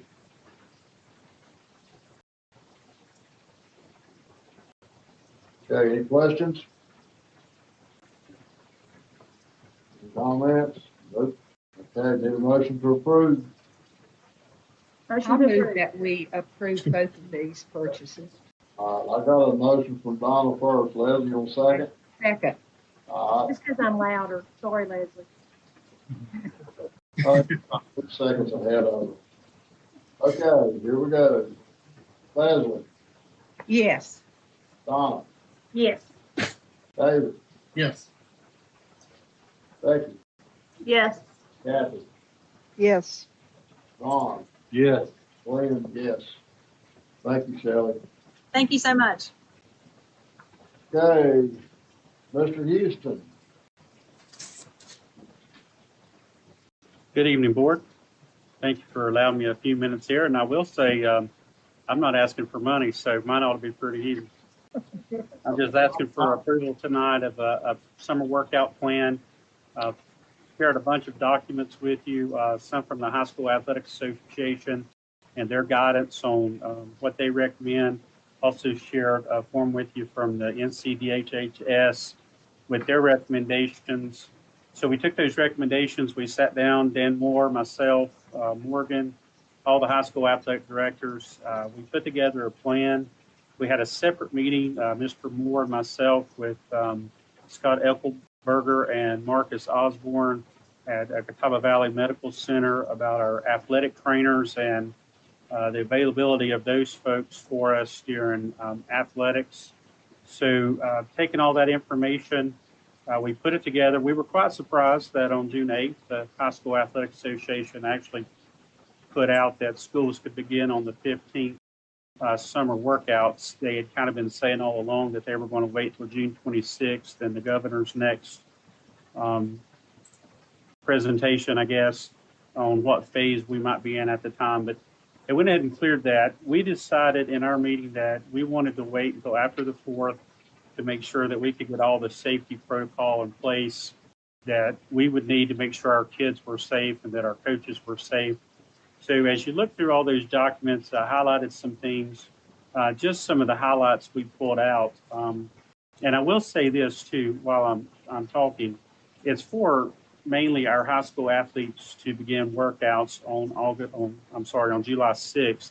But I've also met with the middle school athletic directors and the band directors, trying to think of all the folks who might do extracurricular activities in the summertime.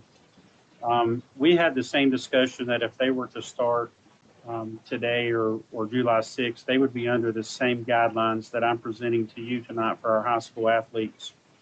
They don't plan to start at the same time. So as I've heard many times, their plan would be fluid based on where we stand at the time with DPI, the High School Athletic Association, and the governor on what phase we may be in. For example, band wouldn't start any earlier than July 27th. So we're not sure where we might be at that point. But to get approval tonight for our high school athletic workout plan, I presented to you, there was a slideshow in there that our athletic directors will share with all the coaches. It's about safety and cleaning and all the things that would need to take place every day, day in, day out, sometimes even as often as between workouts if they choose other than running, if they were to pull, say, some weight equipment outside, they're given permission to do that, but they'd have to clean between every single student that access that weight equipment. So you have all of those guidelines in that slideshow presentation that they have presented to their coaches. The coaches are putting together a plan that they will submit to the athletic directors on how they will organize students when they come on campus to participate. You can only have 10 folks inside, and that includes coaches or trainers or whoever else you have. And you can only have 25 outside. So we've advised that they separate the coaches with small groups of students. For example, if you brought 20 students and 5 coaches for football, you might assign 4 students per coach. And that group would be the same group every time they meet all summer.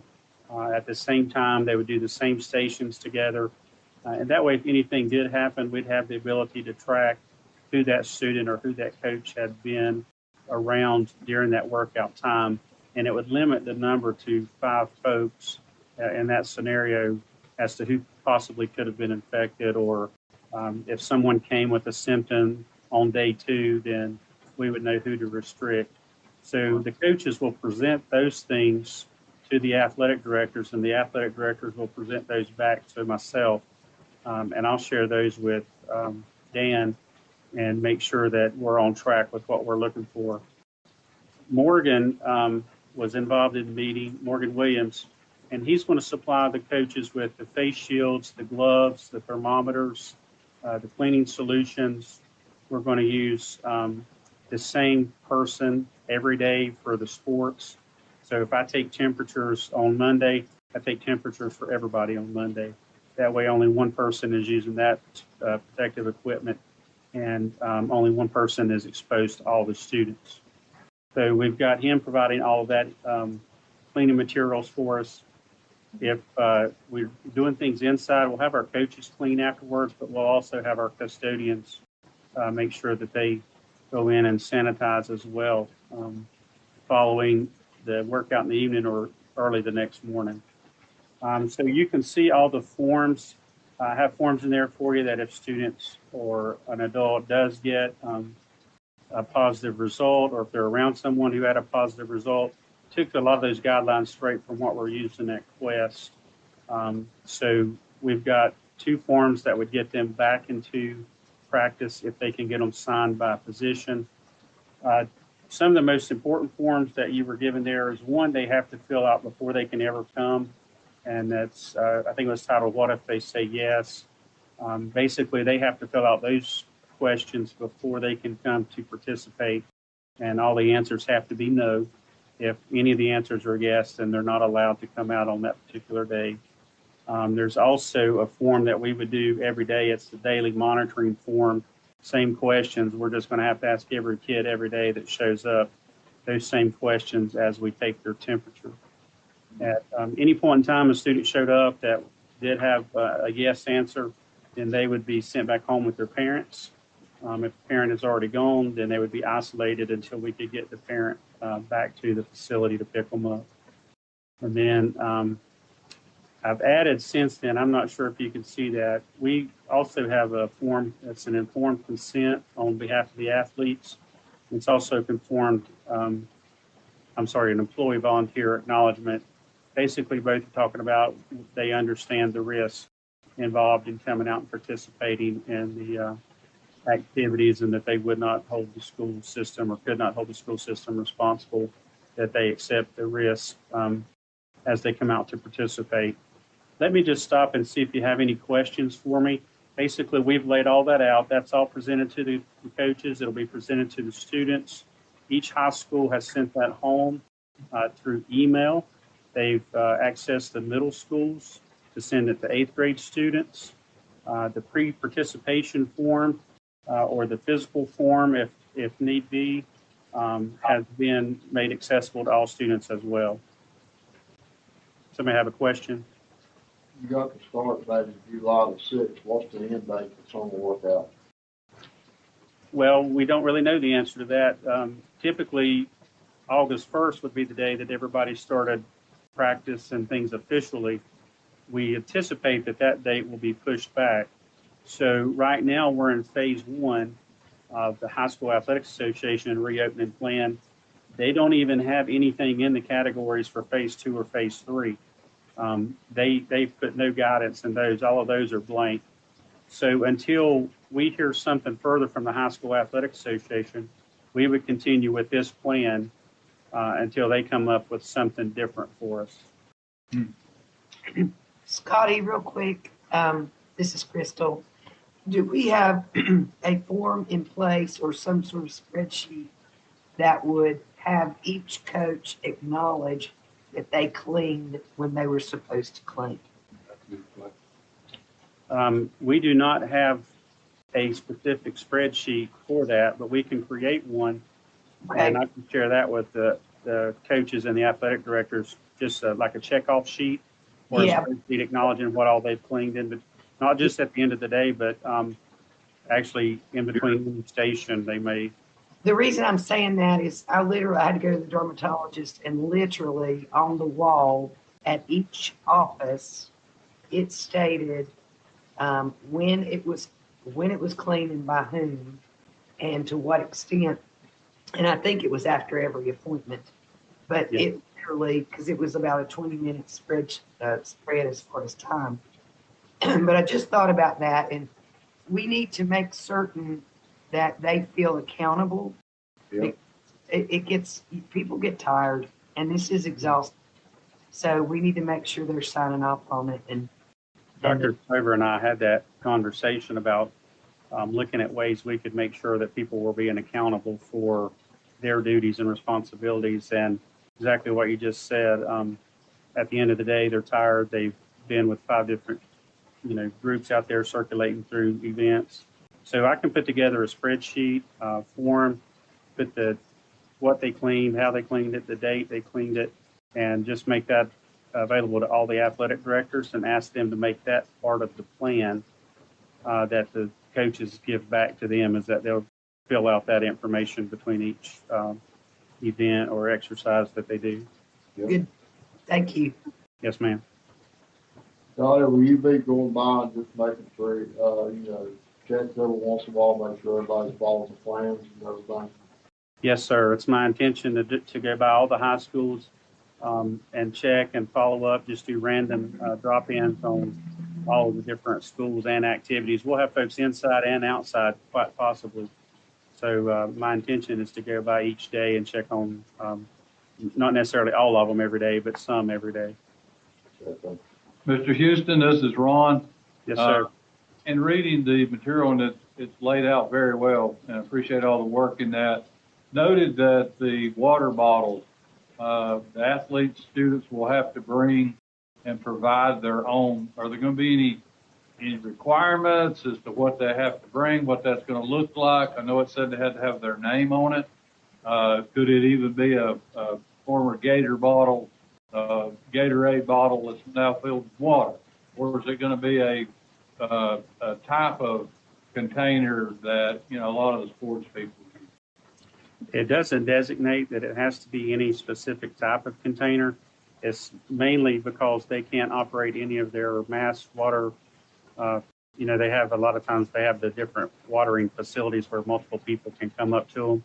Mm-hmm. So that the regulations doesn't say what specific type of bottle it has to be, just that it has to be their own and it has to be labeled with their name so that no one else would accidentally pick it up. So to answer that, it could be any kind of athletic equipment bottle, or it could even be just a bottle of Aquafina if they put their name on it. And I guess one of the things that, and I'm not trying to be technical or over technical about that, but for some of them, what would be to eliminate the probability that, because it's going to be in sessions, correct? You know, from one group to the next group to the next group, what could keep somebody from taking their name off of their bottle and another person putting their name on their bottle for the next session? So there'd be an exchange of the two. Right. So we hope to eliminate anything like that with this small group scenario. We talked about in the inside, there's only going to be less than 10 kids. Actually, there'll probably be less than 8 kids.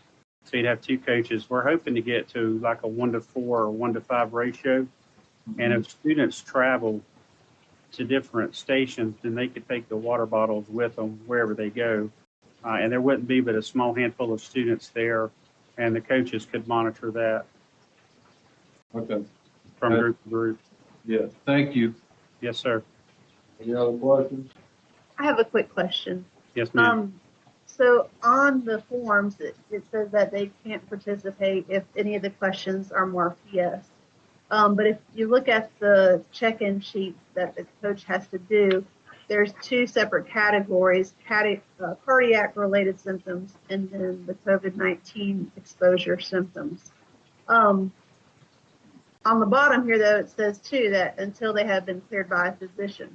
My concern is on the cardiac-related symptoms, if a student has like an athletic-induced asthma, yet they've been cleared, so they may be marking yes on these forms, but since they've been cleared, is that correct that they're still able to participate? Yes, if they've been cleared, they're able to participate. So, and that would be, not every student would have to have the pre-participation form. That's hard for me to say. If they check yes on one of those, and then they have the medical history to support it, then they would be fine. So if they have asthma, they would have clearance from their doctor to support that, then they would be fine to participate. So is there some additional document that they have to provide other than the regular physical form? So if the student this year, if you're filling out the front 2 pages of the form, is that what you're referencing on the physical form? Where they would check yes?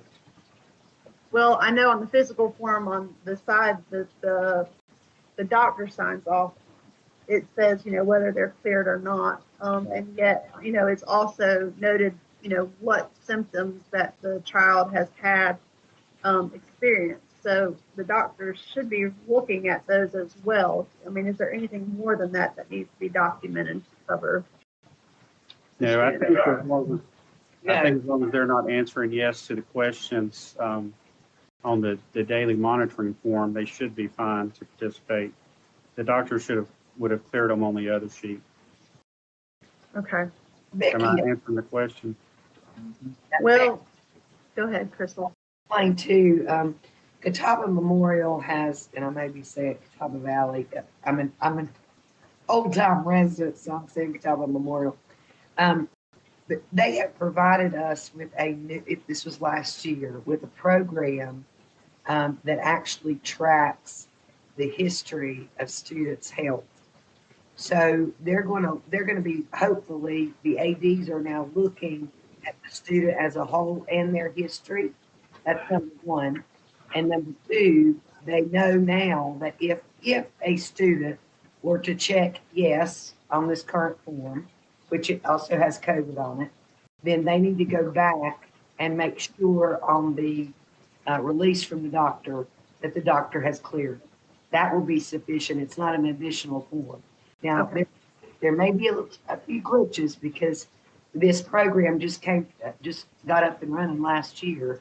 But it's a great program and it allows us to follow the students from the time they start with sports. It's pretty, even it counts their concussions and so forth.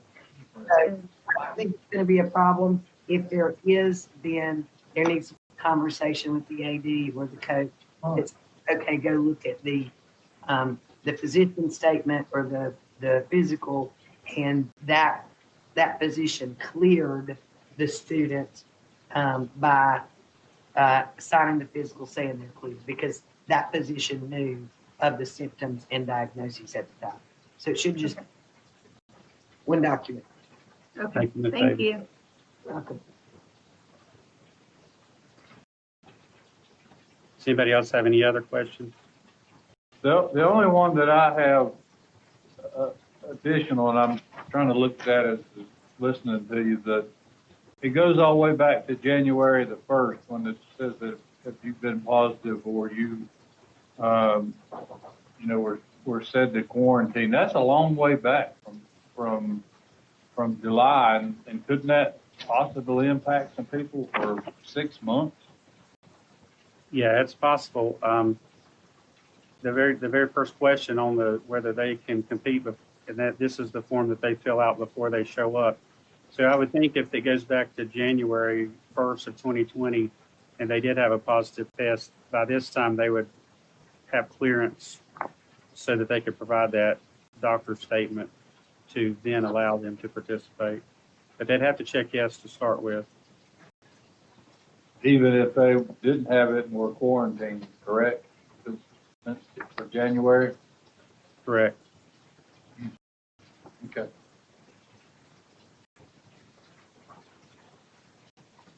Okay, any more questions? Nope.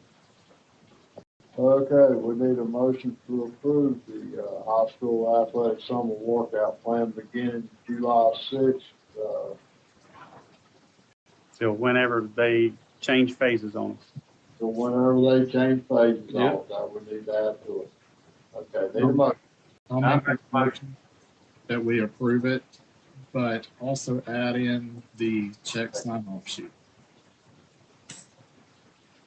Okay. Thank you, David. We had a tie with Ron and David. Ron, you get a second? I second. Okay, Ron seconds. Okay, Leslie. Donna. Yes. David. Yes. Kathy. No. Becky. Yes. Ron. Yes. Glenn. Yes. Okay, Mr. Houston, update on the driver education program. Yes, sir. Just some information here for you. I have met with the half of the driver's ed folks for Catawba County, and I'll meet with the other half on Wednesday, and we're discussing the possibility of putting together online coursework for students, and our discussions are around moving forward with some coursework and using the Google Classroom that most of the teachers use during the spring with our remote learning. And in those discussions, so today we had our first meeting, then just an update, had a teleconference with Carl Logan, and he presented that Catawba County is one of 6 pilots for the new curriculum for driver's ed that will be going completely online. It will be a version that we would offer through Canvas, and that our instructors would start receiving some training in July. So I'm going to follow up with Mr. Logan. He's supposed to send me an email of some times that we could talk. So right now, Catawba County would be one of 6 districts in the state of North Carolina to pilot this online version of driver's education, which will be very helpful for us. If the students are not able to come back, we can still provide driver's ed through Canvas for all of our students as far as the coursework goes. So we will discuss again on Wednesday with the other half of our employees. What we can still consider is students who were supposed to have driver's ed in May and have paid already. We're considering trying to offer those folks the opportunity to do the Google Classroom version of driver's ed that our instructors can provide. We don't want to do any more than that until we know for sure when we will begin the driving phase of driver's education. According to Carl Logan again this morning, that legislation was approved on Friday. And so we're waiting now for the state superintendent or DPI to respond back to Mr. Logan as to what guidelines would be in place that we would have to meet in order for our students to get in cars and do the driving portion for the students that have completed the book work. Most schools have anywhere from 30 to 50 students who have finished coursework and are waiting to drive. And then we probably have, according to the numbers I've seen so far, we probably have another 150 plus kids who had signed up among the 5 high schools in May and just never had the opportunity to have that May class. So kind of wanted to fill you in on where we stand with driver's ed. We're trying to move forward and make plans. Now that we know we're a pilot program and that we're actually going to get to do the coursework, that gives us some good assurances for the fall. And then hopefully tomorrow or Wednesday, the DPI or the state superintendent will get back in touch with Mr. Logan, and he can send that out to all the driver's ed coordinators to make a plan on how to get our students back in the cars to drive. So just wanted to update you guys on that piece of information. Mr. Houston, when y'all get that plan, if you forward that to us, please, because we get a lot of questions on driver's ed. Yes, sir. There's a lot of questions on driver's ed going around. I see those in email and phone calls every day, and it's hard.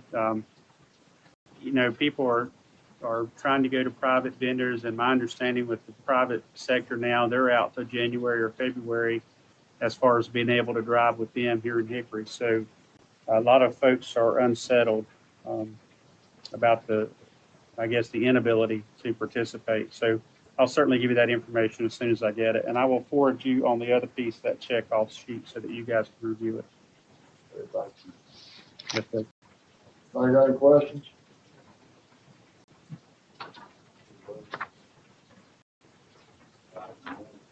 If y'all don't mind, we're gonna take a 5-minute break. It's been a long night so far. I think all of us need a little short break. See you in 5. Sounds good. Don't we have? No, ma'am. I can call for break then. I make the motion. That was just a presentation, the last part, right, Scotty? Yeah. Yes, it wasn't anything to vote on. It was just information. Approve, it's just for information purposes. I make the motion, we take a break. Motion, gotta need a second. Second. All right, Leslie? Yes. Donna? Yes. David? Yes. Kathy? Yes. Ron? No. Glenn? Yes. See you.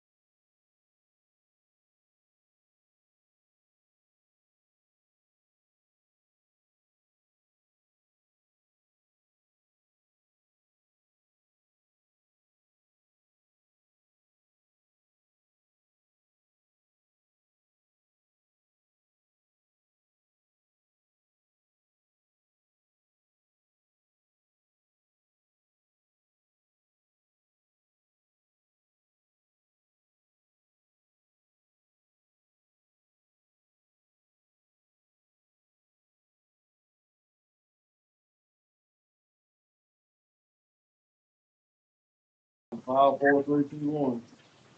Oh, great. Scotty. That's all right, Dave. All right. They're back on, Marty? You're good. Okay, thank you. Okay, Ms. Finger. Yes, sir. Thank you, Chairman Fulbright, board members, and Dr. Stover. I am presenting for approval tonight for Dr. Amy Wilson. I'm seeking approval in new business number 9. If you will find that in your folder or online, Marty can project it if you prefer, but it's a pretty simple approval. These are intervention materials they purchase every year for EC students, and they are research-based programs. We seek your approval because they're all from the same company, and when you add up each of the costs, it is over $30,000. But putting the programs all together, we're seeking approval of $62,097.29 for the use of 5 research-based programs for this coming school year for exceptional children students. Where's money come from? The money comes from the EC line item budget. Anybody have any questions? No? Questions? Comments? Everybody's hungry, so I guess we're gonna move on. All right. Here we go. Donna, Yes. Leslie. Did we have a motion? Oh, we did a motion. I'm sorry. Let me make a motion, Donna. I'll make a motion. Thank you, I'll Donna. second it. Thanks, Leslie. I was like, well, we have bypassed it all. Yeah, we talked about, start talking about food. I'm sorry. That's okay. Okay. Now we'll start. Donna, Yes. Leslie, Yes. Ron, Yes. Kathy, Yes. Becky, Yes. David, Yes. William, yes. Yes. Thank you, Deanna. All right. Thanks. All right. You're welcome. Carla. Mr. Chairman, if I may mention something that I forgot to mention in my update before we move on to the interim budget, I hope I don't have any more budget amendments, but we do have another week left in June. So if we do, like I usually do, I'll email those to you on June 30th so you'll have them, and then you approve them at the next meeting, I think. But I forgot to mention that. I hope I don't have any more, but with DPI still doling out money, maybe they'll give us some more between now and then. I'm sure you'll have a change before I get my truck out the parking lot tonight. Mr. Fulbright, you are probably right. I've seen that happen too many times. It's the truth. It's the truth. So Okay. tonight, I'd like to ask for your approval of an interim budget, and it's not exactly a budget. We just say that we won't expend more than we expended in the prior year. And there's a little blurb in the general statutes that I need to read to you about it. I hate to read to you, but per general statute 115C 434, in case the adoption of a budget resolution is delayed until after July 1st, the Board of Education shall make interim appropriations for the purpose of paying salaries and the usual ordinary expenses of the local school administrative unit for the interval between the beginning of the fiscal year and the adoption of the budget resolution. Interim appropriations so made and expended shall be charted to the proper budget appropriations in the budget resolution. And I respectfully request that you approve an interim budget for us. I think we're still running on 2019 budget anyway. We're 8 more days. not. Okay, we need, any questions? Okay, we need a motion to approve the interim budget for 2020 or 2021. This is Donna, and I'll make a motion to approve. Thank you, Donna. Need a second? Leslie seconds. Thank you, Leslie. Okay, walk off the screen. Becky, Yes. Donna, Yes. David, Yes. Kathy, Yes. Ron, Yes. Leslie, Yes.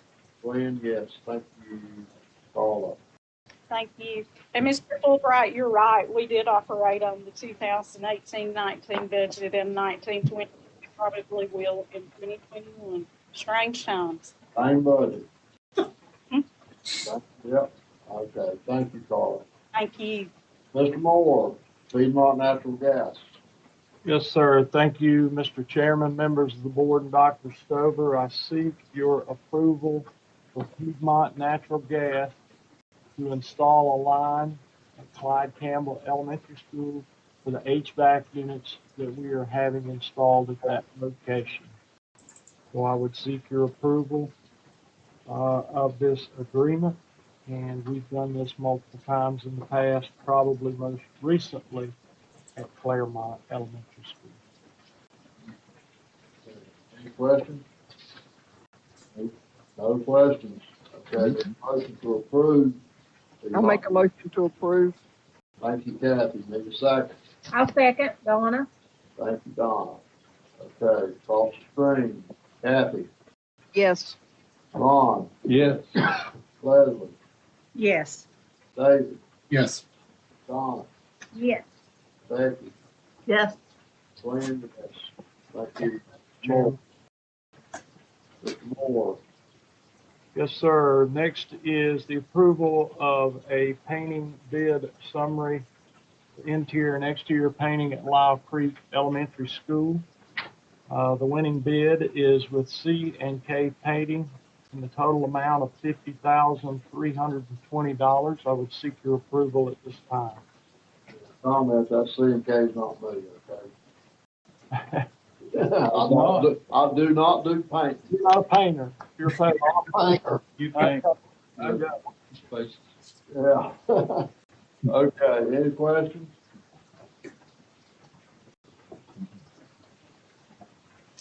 Need a motion to approve the paint bid for Lyle Creek.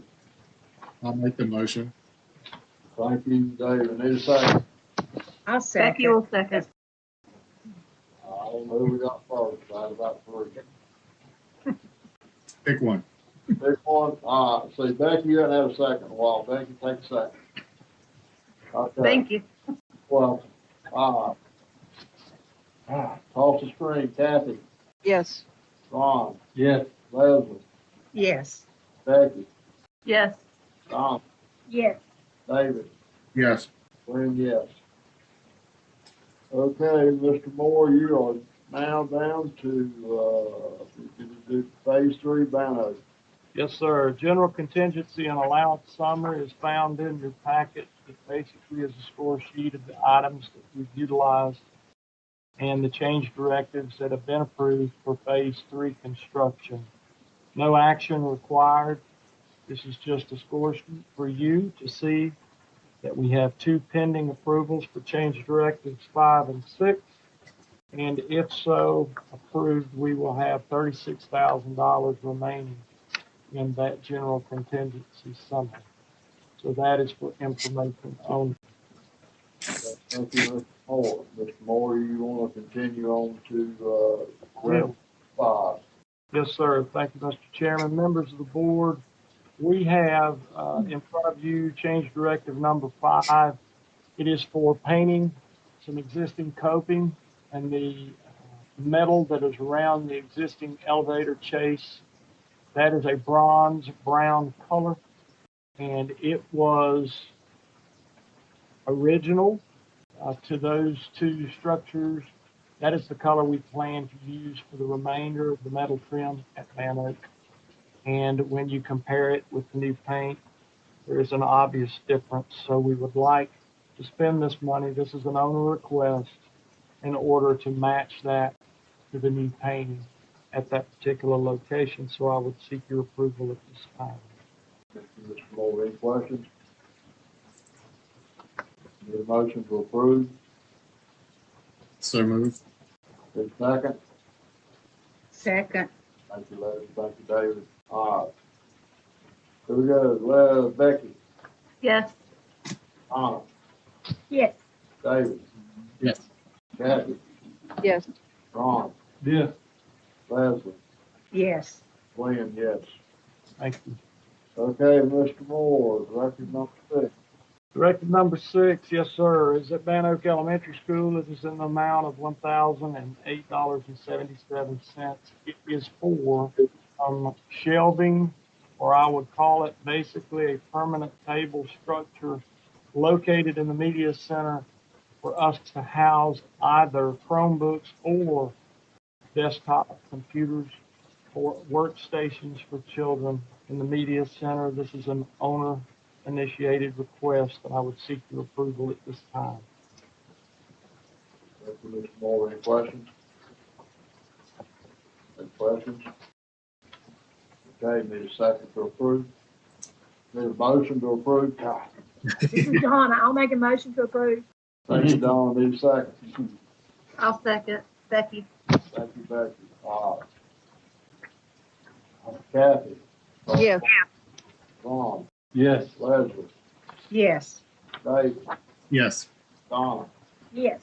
Becky, Yes. Glenn, yes. Thank you. Okay, number 16, purchase of school bus security cameras. Mr. Moore. Sir, as you well know, we had attempted to secure funds from the Catawba County Commission as our school bus cameras are in a state of disrepair. They're old technology. Unfortunately, that was not approved. However, we do have some funds from state transportation that we would like to utilize for this purpose. Ivan has done his homework, has secured 4 bids. The company that we would like to utilize is REI. They do have a presence in the state of North Carolina. There are 4 interior cameras, 3 exterior cameras for each system. The reason we like this particular function is that it is Wi-Fi. It is not, we don't require an individual having to come from the bus garage to pull the hard drive to make a tape, which slows the process immensely. Now, I can tell you that when we initially submitted this paperwork, it was for 110 cameras. However, as Ms. Aldridge has shared with you budget amendments for various functions across the district, we do have a small amount of money more than we thought we would, so that we are now able to purchase 122 cameras. Our everyday fleet for Catawba County is around 175 buses, so this is a significant bite out of that apple. And the total of this particular agreement would be for $376,534.70, and it includes the installation. If you break down the current number that I've given you, including tax, if you add those 12 additional cameras, you'll see that is the difference.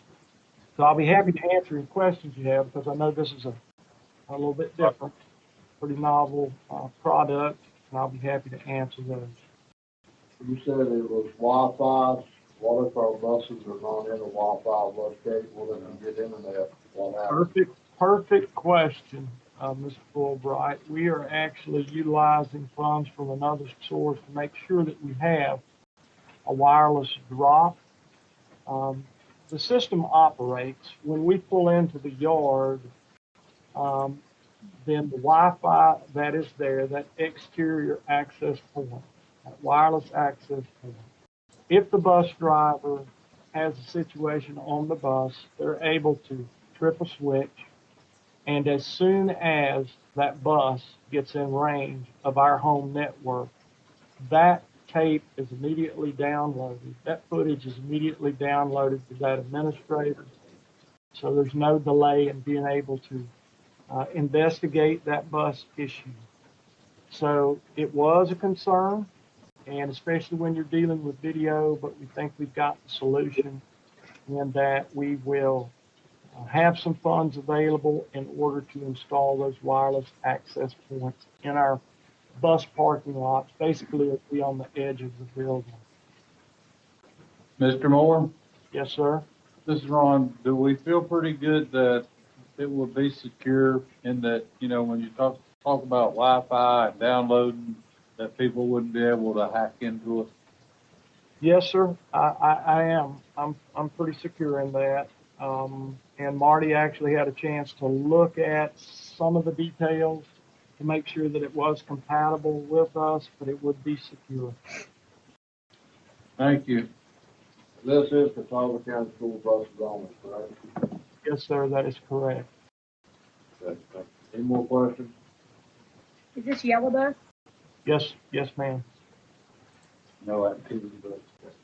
Not at this point. We hope to be able to get the whole fleet, and basically if we receive any more safety grant funds from the state, then perhaps we can use those monies toward continuing to outfit our yellow bus fleet. Mr. Moore, Yes, ma'am. have we talked to any of the other users of this product to see their experiences? Yes, Ivan was able to get some responses from some individuals. I can tell you that there is another system that has a larger presence in the state of North Carolina, but unfortunately, the proposal was higher. So the good thing about this, I think, is the local rep is here in Catawba County. Also, Mr. Moore, would the bus driver be able to hotspot from their personal cell phone to send us a video? No. I'm not sure about that. I wouldn't think so. Okay. The system records whether the bus driver flips a switch, a trouble switch, if you will. Okay. It doesn't matter. The system is going to record. And it's just a lot easier for us to be able to access video and deal with problems. The problems that we've experienced are that we go out, we have to get the video, we have to come back, we have to create a CD, we have to take it back to school. There's so much legwork. Just the technology is outdated, and unfortunately, it's not working in a lot of our buses. Yep. Mr. Moore, because it is new technology, is it more likely to be a target for theft? I think it's such a specialized piece of equipment. Now, there are 4 exterior cameras that are 176-degree cameras. Not a lot different than what we have in a lot of our buses of the newer models. The exterior cameras are all stop-arm cameras, which really they don't have any value in my personal opinion other than for those stop-arms. I don't know, somebody broke in and got 7 catalytic converters off our mechanics' vehicles last week, so I'll never say that something isn't leading to a thief. Oh. That's valid. Mr. Moore, did you contact Sheriff Brown about that? I did not. It was in the city of Newton, but we did make a police report, and we actually did file it on our insurance. Okay. Thank you. Any more questions? Okay, we need a motion to approve the purchase of the school bus security cameras, and I think you said that's for 122 buses. Yes. The amount was $376,000. $534.70. Okay. 376-53470. Thank you. You're welcome. There's a motion to approve. I'll make a motion to approve. Thank you, Don. Need a second? This is Kathy. I'll second that. Thank you, Kathy. Okay. Here we go. Leslie, Yes. Ron, Yes. Yes. Sorry. Lauren, Did you say date? I don't know what you said. Ron, Yes. Kathy, Yes. Donna, Yes, I'm sorry. David, Yes.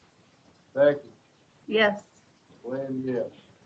Thank Thank you more. Okay, Dr. Stover. All right. Well, I got some time here to come in front of you folks. I got the opportunity to talk to Sheriff Brown and Mick Berry. Sheriff Brown's office was awarded security resource officers from Congressman McHenry. And so that would be 3 additional officers, including the 2 that we've gotten from DPI, assuming they're approved again.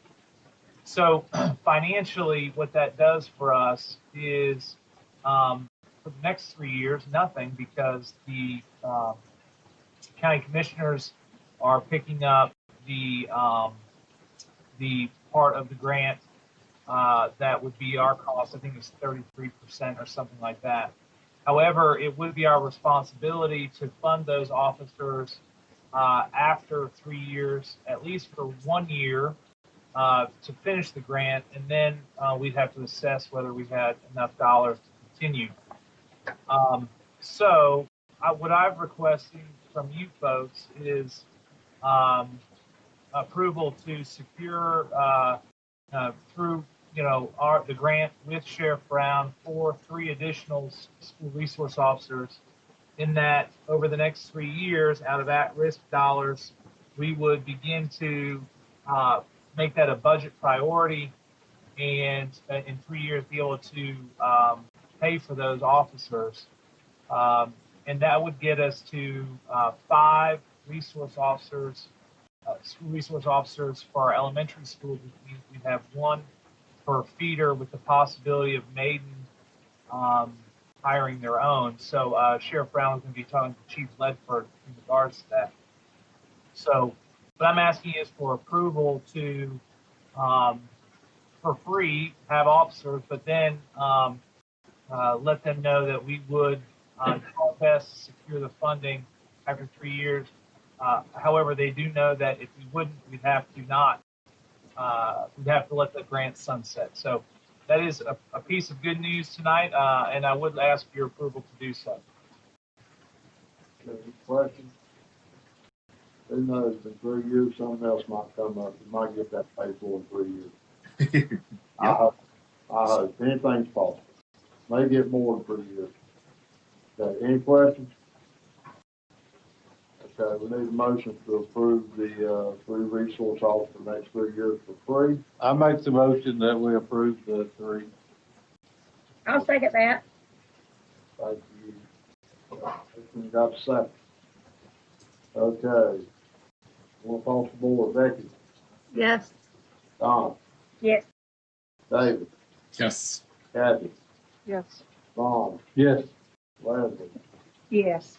Glenn, yes. Okay.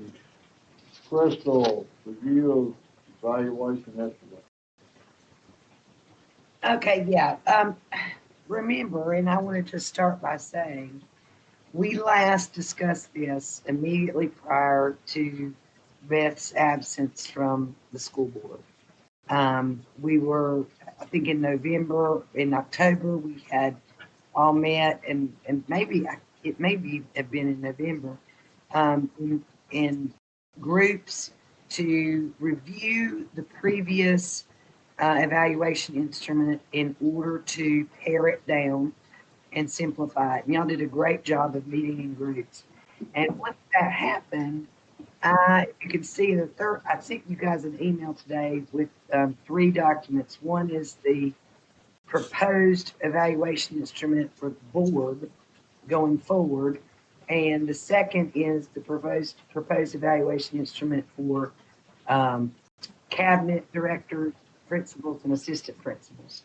So, and then the third document I sent you is when I took all of the comments from when you met in groups and I compiled it. And I literally made a coordinated, read from the first group comments and suggestions from the first group. Next was comments and suggestions in blue from the second group. And third was from the third group. And then green was me, purple was the third group. And green was me, because I reviewed everything very carefully after you guys made comments and compiled my thoughts. So that's the third document that you got an email. So really the hard work has been done. Unfortunately, as you know, in December, we had our meeting. Beth was not able to come back with us until her death. She was not ever able to come back after December.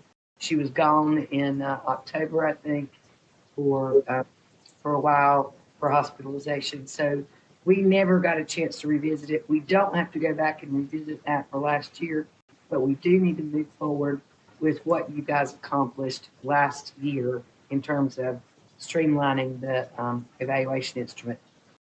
So if you have questions about the new, once you look at the email, if you have questions about the board's section of it, or the cabinet directors, principals, and assistant principals section of it, let me know directly. Just email me directly, and I will be happy to then communicate with the rest of the board members, but we'll do it that way. But really what I want to talk to you about tonight is how you want, and Dr. Stover, I'm going to need your input, how you want to time this. I know that the board, I could send this to you today in a survey format, and you could probably have it complete within 14 days.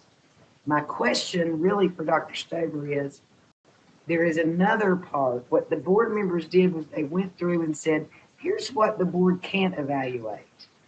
We can't evaluate how he handles controversies on an individual basis and whether he takes all the facts into consideration and da-da-da. All we can see is what he presents to us.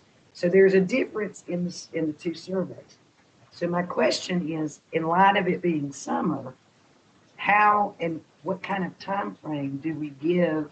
When do we send out the survey for cabinet directors, principals, and assistant principals? And how long do we give them to complete it in light of the fact that some of them may be on vacation? Well, Really? I think we discussed that we was gonna hold this off until we could come back together face to face. Okay, and that's fine. But you've got the documents now, so I mean, you've got the results of what you guys did last fall, and we can. The question is, when do you want to implement it?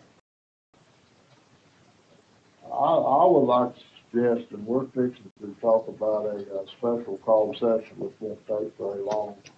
Is give everybody time to look this over and suggest it, and then come back whatever. Do have to have a special call session, maybe make some comments before we move forward.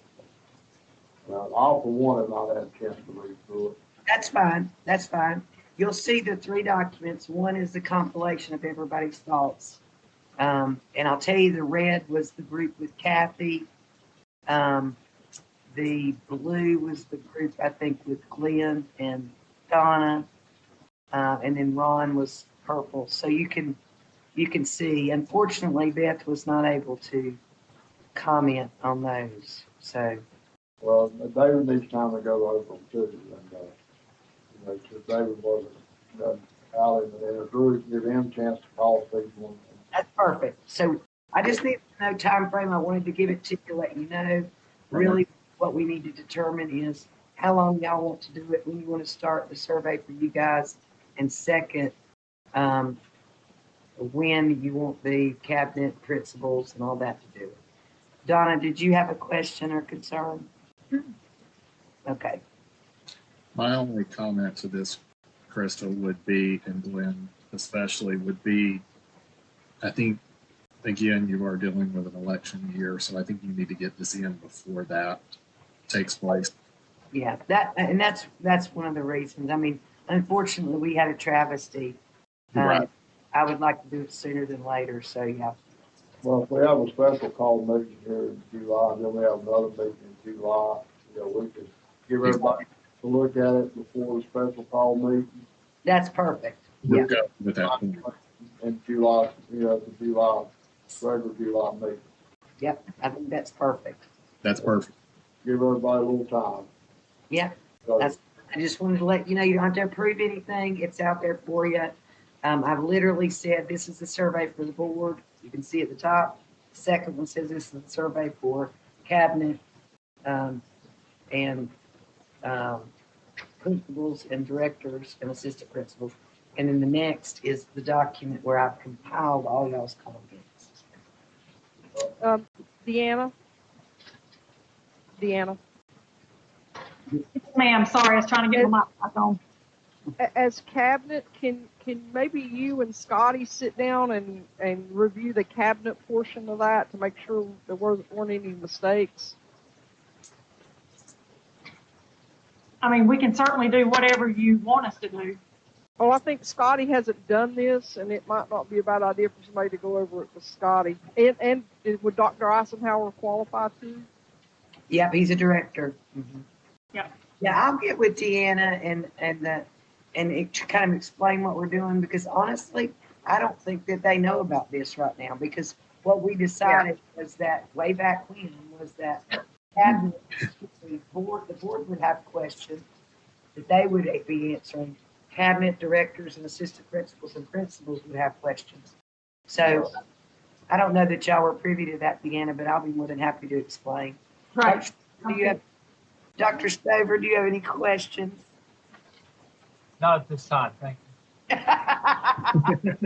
What answer? Is everybody good to give yourself time till mid-July to look this stuff over and bring it back and maybe try to do the evaluation on the July board meeting? Yes. Is everybody good with this? Yes. Okay, let's move on then. Dr. Stover, that's a call. Yeah, Mr. Fulbright, thank you. What we in Cabinet talked about this morning is the need for a special call meeting, what date we would ask the board to convene with a very light agenda, would be for the purpose of personnel, the remote learning plan approval, and now we can do, if this is okay with you, July 13th, Monday evening at 5:30, in full expectation that if it lasts more than 30 or 40 minutes, I've done something wrong and my evaluation should go down. So that is the purpose of that meeting. Okay, we're gonna do that. That's gonna be personnel, but we're gonna have just a little bit, 5 minutes for the evaluation. And you have something else that, on that, besides personnel. Remote learning plan. That way we can get it before we have to submit it to DPI, which we felt was in our best interest and yours. Y'all can then, if y'all get that out to us really quick ahead of time so we can look at it, maybe move on with that meeting. Yeah, that sounds good. We're almost finished. We just need a little bit more feedback, and we'll send it out really early. You'll have a lot of time to look at it before July 13th. Okay, thank you. Okay, I guess we need to give approval for a special call meeting on July the 13th. I need a motion. What time did you, are we gonna do it at 5:30 still? 5:30, yes. Okay. Somebody wants to make a change, make another suggestion. I may be slightly late, so if that's the case, at 5:30, just so you know. How late? When you say slightly late, Like half an hour. you want to move it to 6? That would work better for me, if that's okay with you guys. Dr. Stover? That's fine with me. We're available. Thank you. Anybody else, any comments? After 6 works good for me too. We can have the Okay, we need a motion for, pizza time. yeah, getting close to it. We need a motion for, special call meeting July the 13th at 6 p.m. Need a motion. I'll make a motion that we hold a special called meeting on July 13th, a Monday at 6 p.m. Thank you, Leslie. Need a second. I'll second. Becky? Thank you, Becky. Okay. Across the board, I think. Becky, Yes. Donna, Yes. David, Yes. Kathy, Yes. Ron, Yes. Leslie, Yes. Glenn, yes. Okay, we now need a motion there is a need for closed session. We need a motion to go into closed session. It will be for personnel and attorney-client privilege. Okay. Need a motion. I make the motion to go into closed session. Second. Across the board, Leslie, Yes. Ron, No. Kathy, Yes. David, Yes. Donna, Yes. Becky, Yes. Glenn, yes. So how much time do y'all want to switch over? 5 minutes. You want 5 minutes, 3 minutes? Tell me. 5 minutes. Huh? 2 seconds. 1 2 minute. minutes. Chairman Fulbright, 2 minutes. Chairman Fulbright, Yes. I'm sorry to interrupt. Who made the second on the motion? I did. Thank you. You're welcome. 2 minutes. Back in closed session.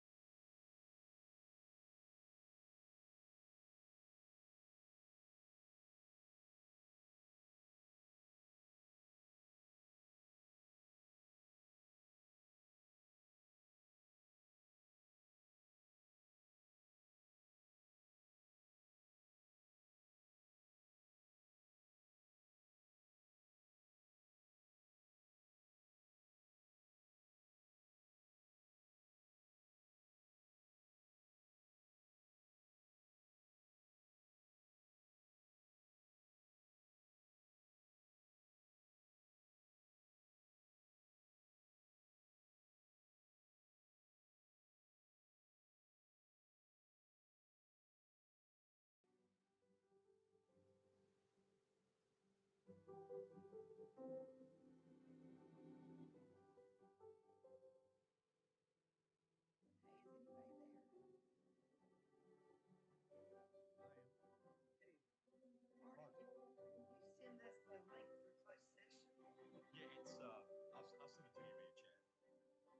it is,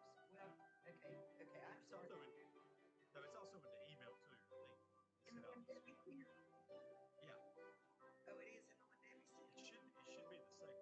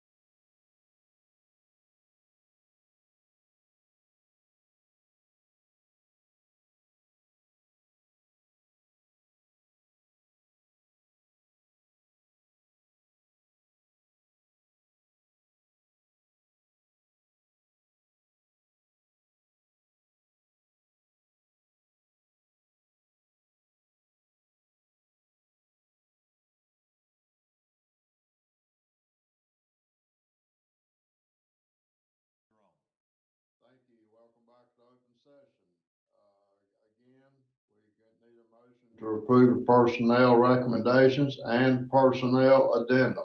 Need a motion. Before we do that, I need to recuse from one name on there. Okay, Mr. Britton, who are you excusing from? Daniel Travis.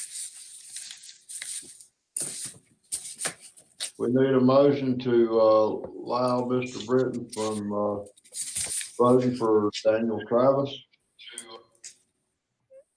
I'll make that What, he motion. needs to state his reason. Yes, okay, why, David? 30-year long-term friend. Friendship, okay. We Longer, need, excuse longer David. than that, David. You're older than that. Need a motion to excuse David from voting for Daniel Crystal, Travis. that's why I said 30. I'll make that motion. Thank you, Don. Need a second. Need a second. Thank you, Leslie. You're Second. muted. Okay, thank you. Okay, Kathy, Yes. Leslie, Yes. Ron, Yes. Donna, Yes. Becky, Yes. Glenn, yes. Okay, we will now go ahead and vote for Mr. Daniel Travis. Need a motion to approve? I make the motion to approve. Thank you, Becky. Need a second? Second for Daniel Travis is Kathy. Thank you, Kathy. Okay. Going across the board, Ron, Yes. Donna, Yes. Becky, Yes. Leslie, Yes. Kathy, Yes. Glenn, yes. Now we need a motion to approve everybody else that's on the two list. I'll make that motion. I Thank you, second. Doug. Ron second. Going across the board, Kathy, Yes. Leslie, Yes. David, Yes. Becky, Yes. Donna, Yes. Thank you. Ron, Yes. Glenn, yes. Need a motion to adjourn. I'll make that motion. Donna beat you to it. Okay, Dave? I'll second it. Okay, going across the board, Ron, No. Donna, Yes. Becky, Yes. David, Yes. Leslie, Yes. Kathy, Yes. Glenn, yes. Good night, everybody. Great meeting. Thank you very much. Thank you, everybody. The yes has